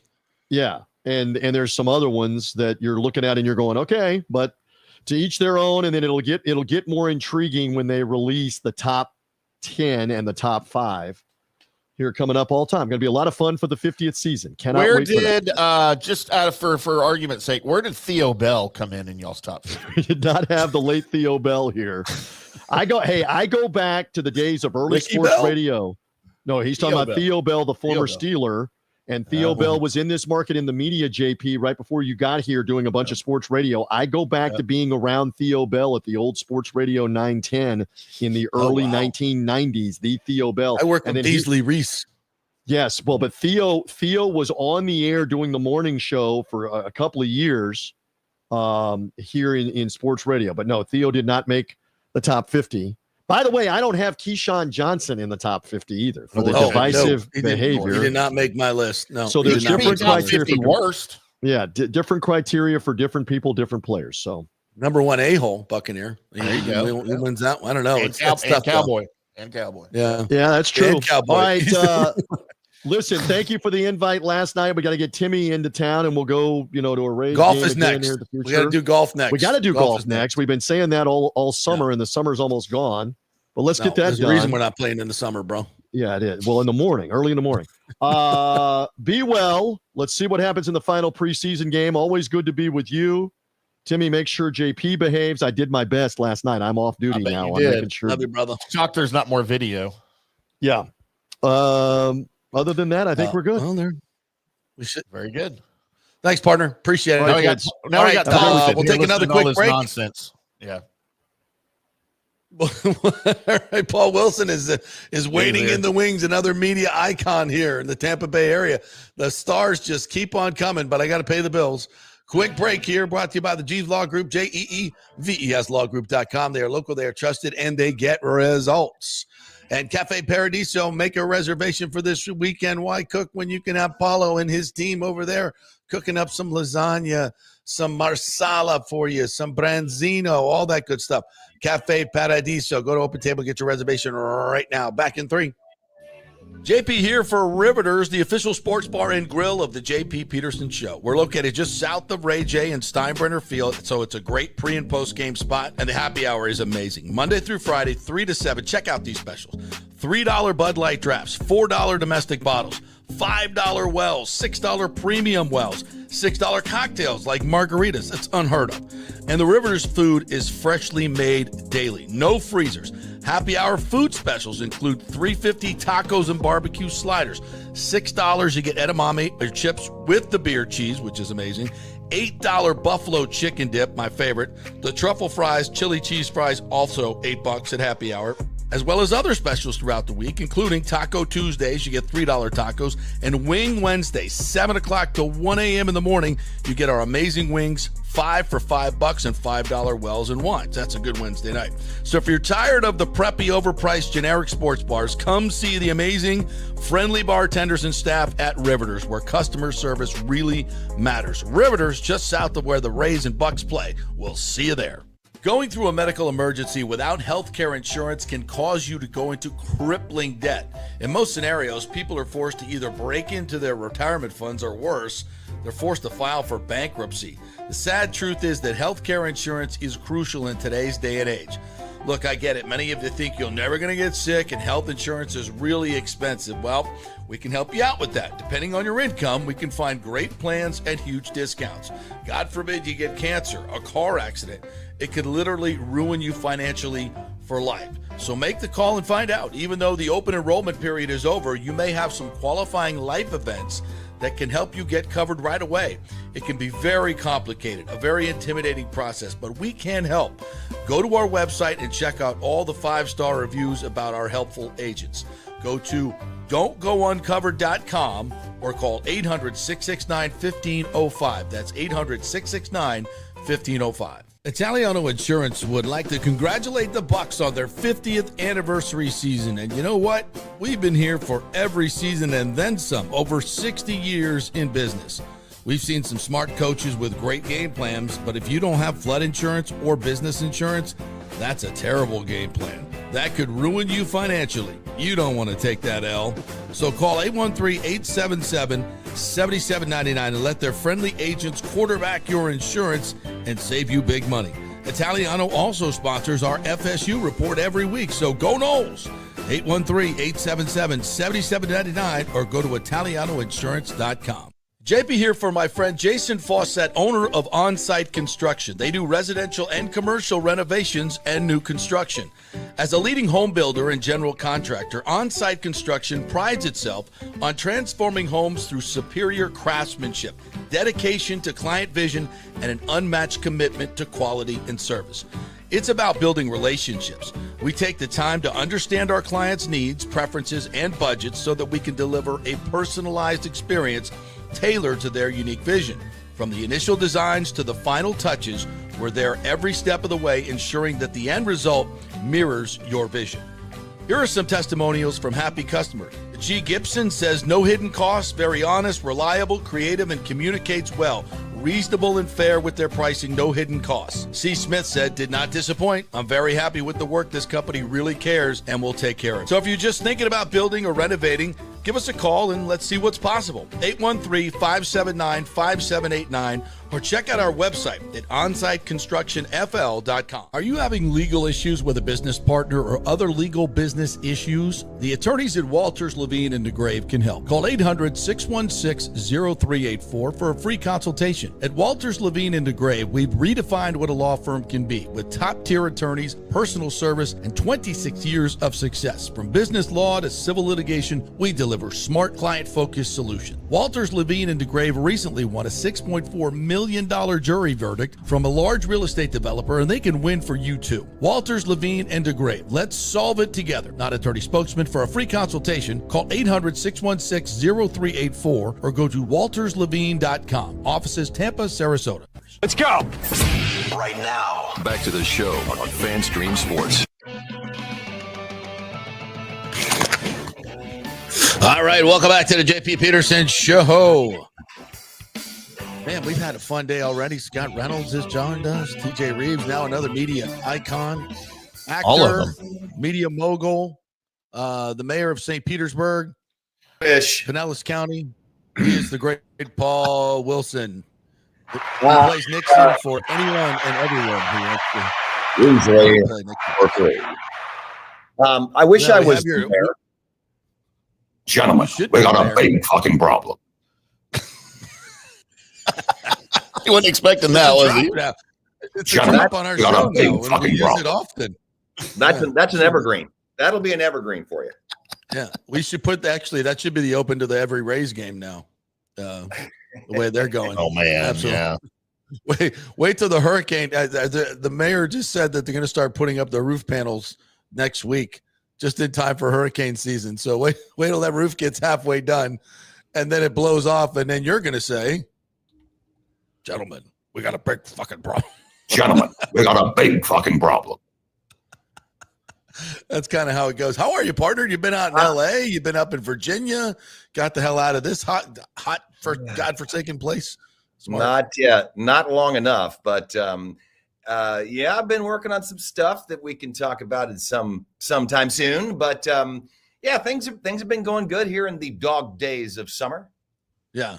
So what have you been working on? Anything you can tell us? I mean, working on a fun little project that we just kind of got a little activated. That will be somewhere between Goonies and Gremlins, and that's all. Oh wow! Oh, nice. Yeah, it's a unique. It's kind of an authentic, unique story that has a lot of familiar characters. That I think a lot of people will really enjoy, especially those that remember those great movies through the 80s where, the kids were the adults and the adults were the kids, and put the Scooby gang together and these smart kids get to solve a problem. And it should be a lot of fun. So looking forward to that. All right. So are you familiar with a producer named Todd Wiseman Jr.? Are you familiar with him? He does some work here locally. Yes. I've met him a couple times. Yeah, he's a good dude. Yeah. His father's a good friend, a longtime friend of mine, and he was just telling me that they just raised a bunch of money to do this episodic series about Florida. And I'm trying to remember the name of the book that it's based out of. It's basically going to be like Yellowstone of Florida. It's really impressive, and he's a really talented dude. And they've been back and forth with this project, and it has such a great historical value to the state. Certainly it's some of these stories that we've never heard. But that's I guess back in March or April, he and I were talking about that project. But that should be a lot of fun. Yeah, I guess they green lighted it now. Yeah, they green lighted, and it's gonna be like the Yellowstone, but based in Florida back in the 1880s, and just wild shit going on. Yeah, that was back when a guy named Morgan Bonaparte Mizell. They didn't like the term cowboy, although it's very likely that the modern cowboy, started right here in Hillsborough County and interstate. Because after the Civil War, when a lot of those guys and gals kind of fled to Florida, they brought some cattle. And then the cattle kind of made friends with the cattle that was left here from Ponce de Leon's group. So we... And then came the Spanish-American War, and we were the largest exporter of meat to the Caribbean because of the blockade. But there was cow hunting and wild times, and Florida crackers, right? Oh yeah, that's right. He was probably the most well-known. Remington, the artist Remington, was sent by his publisher in New York to come find this cracker cowboy named Bone Mizell and paint him.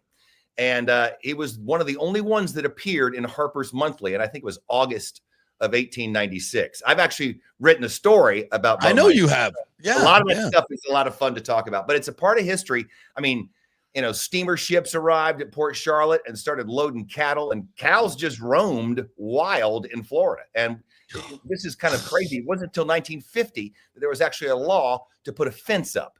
So they were everywhere. And cows on the beach, cows in the bogs, with gators and rattlesnakes and mosquitoes. Holy crap. Florida was wild. Dude, you can have gators and cows lining up across from each other for a battle royale right in the middle of Florida at that point. Yeah. I mean, that sounds like, the next iteration of Sharknado right there. Yeah. It happened. I literally saw this is happened in North Florida. Probably I don't know how big this gator was, 16 feet. He was just chowing down on a cow. He caught a cow and he was just chowing down on it. We were playing golf. It was across the river. I'll never forget. We were in Thomasville, I think it was. Oh, okay. and we were across the Flint River. We were playing golf on one side, and on the other side, there was this huge gator just chowing down on a cow. And I'm like, I ain't never seen anything like that. And my guy was like, yeah, you see that around here all the time. That's a heifer. Ain't nothing good about a heifer. Yeah, there you go. There you go. Sharknado. I knew this would completely get off the rails, but yeah. All right, so what else? What's going on now? What are we watching? I just got done watching Mr. and Mrs. Murder, which was a documentary about that took place in Tallahassee, and it was really, really good. I think it was on Netflix. But what are you watching? Speaking of Tallahassee, the Palace Saloon, baby. Look at that. That's right. Yeah, I highly recommend this. Mr. and Mrs. Murder. It's I don't want to spoil it, but basically, two couples, and there's some interesting things going back and forth, and two of them decide to murder the other, and I don't want to give it all away, but it's a good one. Oh, it's a good one. Fun. What else are you watching? Speaking of murder, the newest season is about to wrap up of Dexter Resurrection on Paramount Plus. And if you remember Dexter, which was really kind of ahead of its time for Showtime, right? Back when people were watching cable TV, they brought him back, and there's some old familiar faces, but the setup is essentially he gets dragged into this kind of cadre or this group of serial killers, and Dexter does what Dexter does. So, but it's really a fun series. Vigilante justice at its finest. Oh yeah, and there's some Peter Dinklage shows up. There's some really fun characters, and it's set in New York City, not Miami. So the original was all he was the Bay Harbor butcher, right, in Miami, but so now he's come to New York, and he has a son. So I'm just going to leave it there if you haven't seen it. So there's that one. And I think Dexter was like the first episodic, wasn't it? One of the first episodics that we, remember season 1, season 2, Dexter was one of the first ones I can remember. Yeah, I think it was in that first batch there in the mid 2000s or so, after Sopranos, think about that. Right. Yeah. Way ahead of its time. And, but he dies, and then they bring him back, and then he gets shot again, and he survives. So it's really a good example of how Hollywood is trying to squeeze that lemon dry and get all they can out of that great product. Speaking of great product, there, for those of you that have not been paying attention or been living in a cave, there's a comedian named Leanne Morgan, who's from Knoxville, Tennessee, right? Yeah.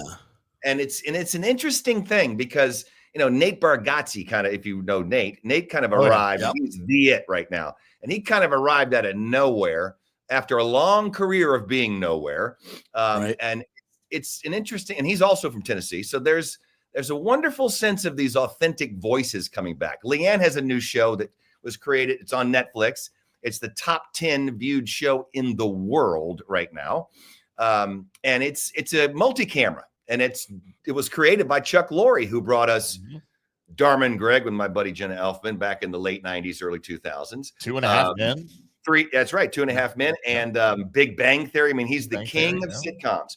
And it's an interesting departure from kind of the cinematic scripted look that Netflix is and most streamers are known for. This is very videotape. This is a multi-camera studio shoot with a laugh track and an audience. So it's a throwback to kind of those classic sitcoms that, really broadcast used to have, right? Yeah. And people used to watch them. But now it's kind of the first one of its kind on the streamer, on Netflix platform. It's a Leanne Morgan. Leanne Morgan. It's called Leanne. And she's about, in her late 50s, early 60s, and she's been with this guy, been married for 30 years, and then he starts to let's say have some dalliances and go see somebody else. And so the show begins with her and he about to have a divorce. And then how does she put her life back together? Kristen Johnson, if you remember her from Third Rock from the Sun, the sister, right? Yeah. And she's a great comedian. So she plays her sister, Leanne's sister, in the show. I think for those that love those comedies of the 90s and 2000s, the best. It's definitely that style. I mean, it's real homey, and it's real kind of normal. And I think that's why it's resonated. It's very authentic to, I think, not just that, those people from the South like me, but it feels so accessible. It's not so overly polished. So, but that's a fun show. That's a lot of fun on Netflix. Leanne. I'm going to check that out. Any good movies out there? I saw Jurassic Park. It was meh.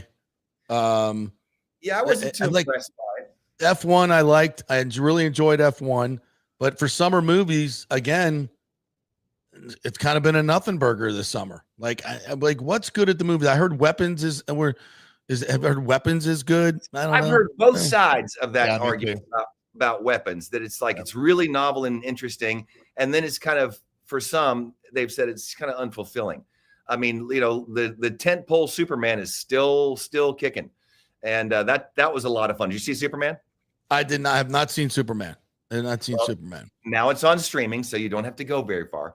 But it's a lot of fun. That's definitely a nostalgic play too. He's got the gleam in his eye like Christopher Reeve. Yeah. So I think for those purists, and it's wild, and they've got just a tossed salad of bad guys showing up.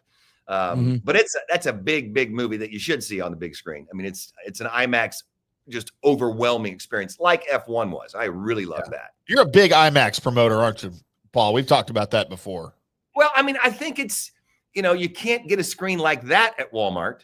Right. So there's that. But most of, I think, the, not just the tent poles, but certainly those big, expansive movies, Westerns, and these giant, sci-fi, and certainly the, boots and capes stuff really are shot in IMAX for that giant experience. And that, as movie theaters kind of head towards the next phase of their lifetime, it's probably IMAX that might actually keep them alive a little bit longer. Right. I don't think we're going to see multiplexes with 16 or 10 theaters anymore. It's going to be IMAX and maybe a couple little boutique kind of avant-garde movies, and you can see stuff on the big screen. With that model of the in-theater dining. Right. But yeah, I love the experience of IMAX, and certainly the sound. I mean, to see that giant. And then eventually we'll get a company that comes up with the technology to have our IMAX experience at home in our living room. I believe that's where we're headed. I think they're going to be glasses like this. VR stuff, Yeah, you can't replicate it, though. It's got to be a big building. It just has to be a big building and a big sound and a big screen. Yeah, and I think I can't just put something on my head like a VR. Yeah, no, I think you're right. And certainly there's a lot of advantages. I mean, we're all consumers. There's a lot of advantages and a lot of really, simple ways to enjoy it at home. And you could pause it and go, get a beer or do whatever.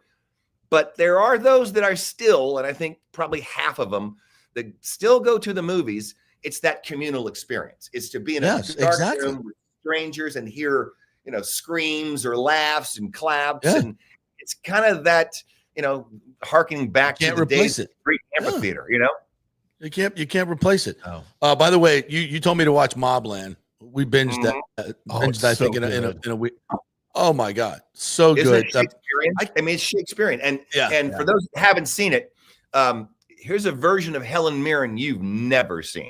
Never seen. So good. What a bitch. She is like the second coming of Queen Victoria. I mean, but she's hiding right there in plain sight. Yeah, and Pierce Brosnan. What a whack job!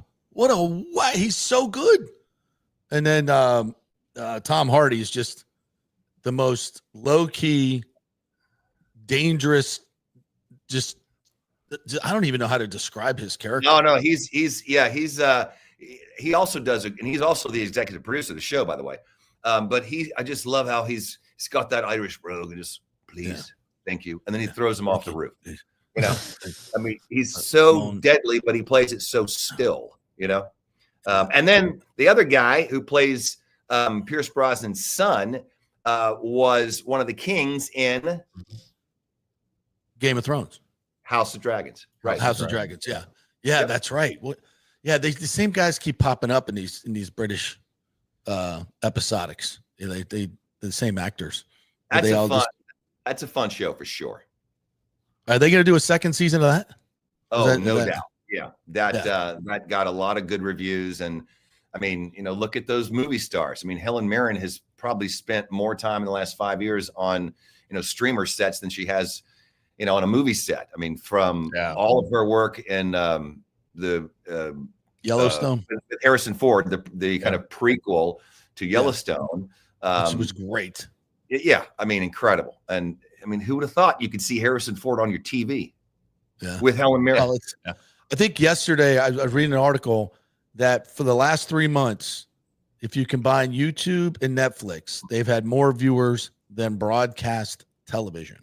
Oh, sure. For the last 3 months. Oh, sure. YouTube, I mean, and we had some big news this week in Tampa Bay with the Lightning finding a broadcast television home. That's right. The former it's WXPX, but it's one of the Bud Paxton's old station, right? Channel 66 on antenna. You got roughly 60% of almost 3 million people that don't have cable. That's right. So 3 million people. There how many games? 82 games, right? Lightning games. 82 games. Yeah. They call it the Spot, Channel 66, which if you do have cable, it's on Channel 17. But now you can go to Walmart and get your little antenna and watch 69 or 70 Lightning games for free. That's right. And you can, and here, I got news for you. I don't know who it is. I think it's going to be Channel 44 because they carried 20 Rays games, I believe, this year, and they did very, very well. I think they were selling 30s for $1,500 a pop. So, Mr. Media, that's pretty good for this market, is it not? Yes, totally. And Channel 44 and our buddy Greg Blackburn and that whole team over there, it's such a powerhouse of a station because not only are they the only real Class A in Pinellas County, but because they've got such a legacy. And remember, they had news back in the 90s. I was part of the 10 o'clock news. That's why I moved here. I was just going to say, work with the great Barbara. What was her Callahan? name? Barbara Callahan, and who was and the guy Patrick Emery. Patrick Emery, and Beasley Reese. I was working with Beasley and Rob Stone. I replaced Rob Stone, who then went on to fame at Fox. Now he was at 44. Yeah. So that station has a lot of power, a very good signal. And I think they're gonna do so well. And then, of course, speaking of media activity, there's a move afoot for WFLA, another one of your alma maters, to buy WTSP Channel 10. That's done, actually. Well, it's got to be approved by the. But I've been told that's happening. It's their Nexstar is buying Tegna, and it's going to take a year to close that deal. And the FCC does have to weigh in. They'll make some concessions. I mean, they got rid of the duopoly issue years ago, right? But they'll make some concessions. Nexstar is really on the move, and I don't know. It's going to be a different media landscape for sure, as it is right now. And next year could be entirely different. Well, I think the Rays, the Rays are going to be looking for a local TV partner. This new group should definitely do what the Lightning did and follow suit because you got to have the locals have to be able to watch your games, man. You got to, and there's money to be made in local advertising of live sports. Sure. But I mean, even, our buddy John Franzone and the Lightning, I mean, what an incredible organization. And I'll say they probably have the fan experience down better than almost anybody. And I think we won the Stanley, which you're part of. Your voice is go ahead, do it. The countdown to game time begins now. It's awesome. Yeah. I mean, it's a fantastic organization from the top down. And I mean, Jeff and the team and certainly Franzone and that whole group, but they lost an audience last year. They did. They did. Last 2 years. Get them back. We got to go get them back. So that'll be exciting. We won the Stanley for best game presentation. We finally beat Las Vegas. And John Franzone was on the show earlier this week, and he revealed to me that for the first time, when they put in their contest video, they included a 5-second clip of JP Ron Burgundy. My rendition of Ron Burgundy. 5 seconds. Ron Burgundy? Put us over the top to win this thing. That's all it needed all these years. That's all we needed. We just needed it. So now it's going to be a regular staple. On our Halloween show, we were going to have Ron Burgundy. Well, I can't wait for that. Yeah, it's a classic. All right, partner. It's always good to see you. Golf soon. Love you, brother. Yes, you guys have a great weekend, and we'll do this again soon. I'll be at the Conjuring 4 premiere in Atlanta next Wednesday, so we can report on that when I get back. Conjuring 4? I didn't even know. All right, we'll saw talk about that Yeah. next week. All Okay. right, we'll see you then. The great Paul Wilson. Thanks, Paul. Man, what a show we've had today. Media icons, local media icons everywhere. I don't know if we're ever going to be able to beat this. We might as well just retire now. We should. Like, how are we gonna- we got to get a lot of comments today. I don't know if we can ever get up to this. Guy Ritchie did Mobland. Thomas Casper says that's right. It's in a very Guy Ritchie. Yes, Really yes, good, absolutely. Rick says screaming in a dark theater with strangers. JP at the peep shows. What? People remember those? Oh, I have Still very have them here. interesting story about that. Yeah. Lonnie Wilkins says, isn't it funny that the Trop and its bastard white roof that players hate is being replaced and they couldn't change the color at all? Can they also power wash the outside at some point? The place looks awful. Inside and out, it looks horrible. Well, it's literally been through a hurricane. It hasn't been fixed. It hasn't been fixed. Somebody said Welch. There's a comment in here about Welch somewhere in here. I guess the mayor. Yeah, the mayor was over there this week. Here it is by Daniel Rivera. By the way, Ken Welch posted on Facebook yesterday that he was at the Trop to see how the roof repairs were going. Says the first of 24 roof panels is getting installed this week, and there are 2 depressions in the Gulf, in the Atlantic Ocean as we do all of that. Yes. Nathan Elliott says Shiloh's going to make the practice squad. I think you're right. Yeah, almost Maybe everybody so. makes the practice squad. I can make the practice squad. B is back with his fat cat. Daniel Rivera, when does the Shaw news come out about Ybor Harbor? It's going to have to give away that land to get the stadium done. I think they're going to find a way. If you build a baseball stadium there, then you can sell condos right next door for $5 million a piece. You do the math, B. I'll buy one. Yeah, for an investment. I want to live there. Nathan Elliott says, Greg DeCruz, you might be right about that. I see the practice squad because he has potential, but needs to spend more time learning from Coach Bowles. Yeah, talking about Shiloh. Yeah. Scott Rasnick says, I'm thinking the stadium ends up out near the Hard Rock Casino. I still think that's an option, but I don't think it's the best option. If it is out there, it's because the state's going to kick in a lot of money, and they really want it to happen, and there's going to be something working with the Seminole Indians, which I think could be possible with a sports book and all that. It's a great revenue source. Nathan Elliott says we'll be at the Raise the Flags premiere and Legends conversation at the Tampa Theater on 9/2/25. Who else is going? I will be there for sure. That's the Bucs documentary, the 50-year documentary that is going to be absolutely fantastic. I've seen some rough cuts of it, and it is just outstanding. It is outstanding. I guess they're going to release it in 10 episodes. It's going to be a 10-part episodic. Yeah, it's absolutely fantastic. Trent Cooper is doing it. 8-time Emmy Award winner. I've known his brother for a long, long time. Just really, just the best of the best. And when he's going to come on the show and join us and to talk about it. So hopefully we'll get him on next week. Let me see what else we have here.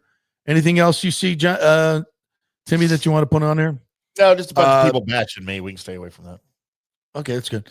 TBT said initial MRI on Wirf's knee did not show the extent of the knee damage until late June, John Hill says. Yeah, I postulated this a long time ago about, that sometimes the MRIs don't show everything, and you don't know what's there until you get in there to clean stuff up. And then you're like, oh, wait, this is worse than we thought. I mean, MRIs are great, but they don't show everything. And you just don't know until you get, in there with that scope.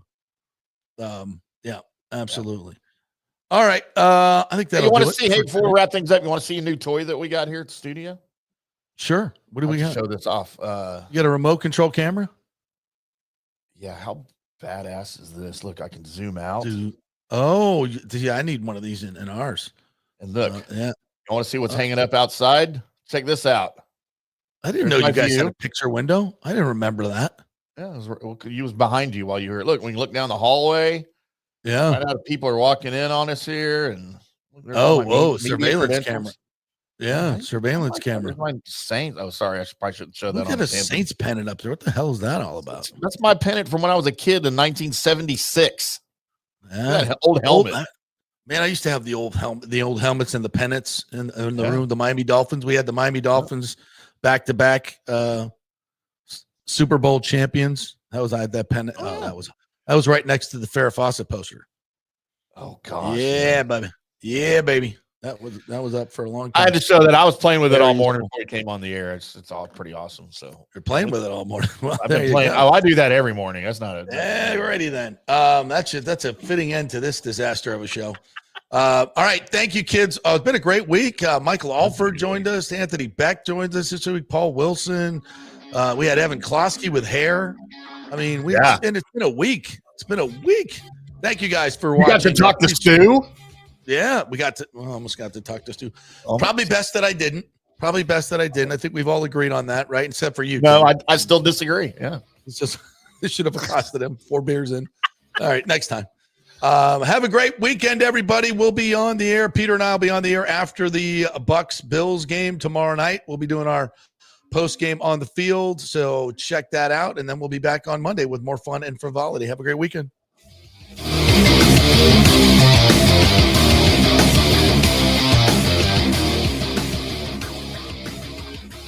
Are you going to be at the event tomorrow? Yeah. Yeah. You going to that?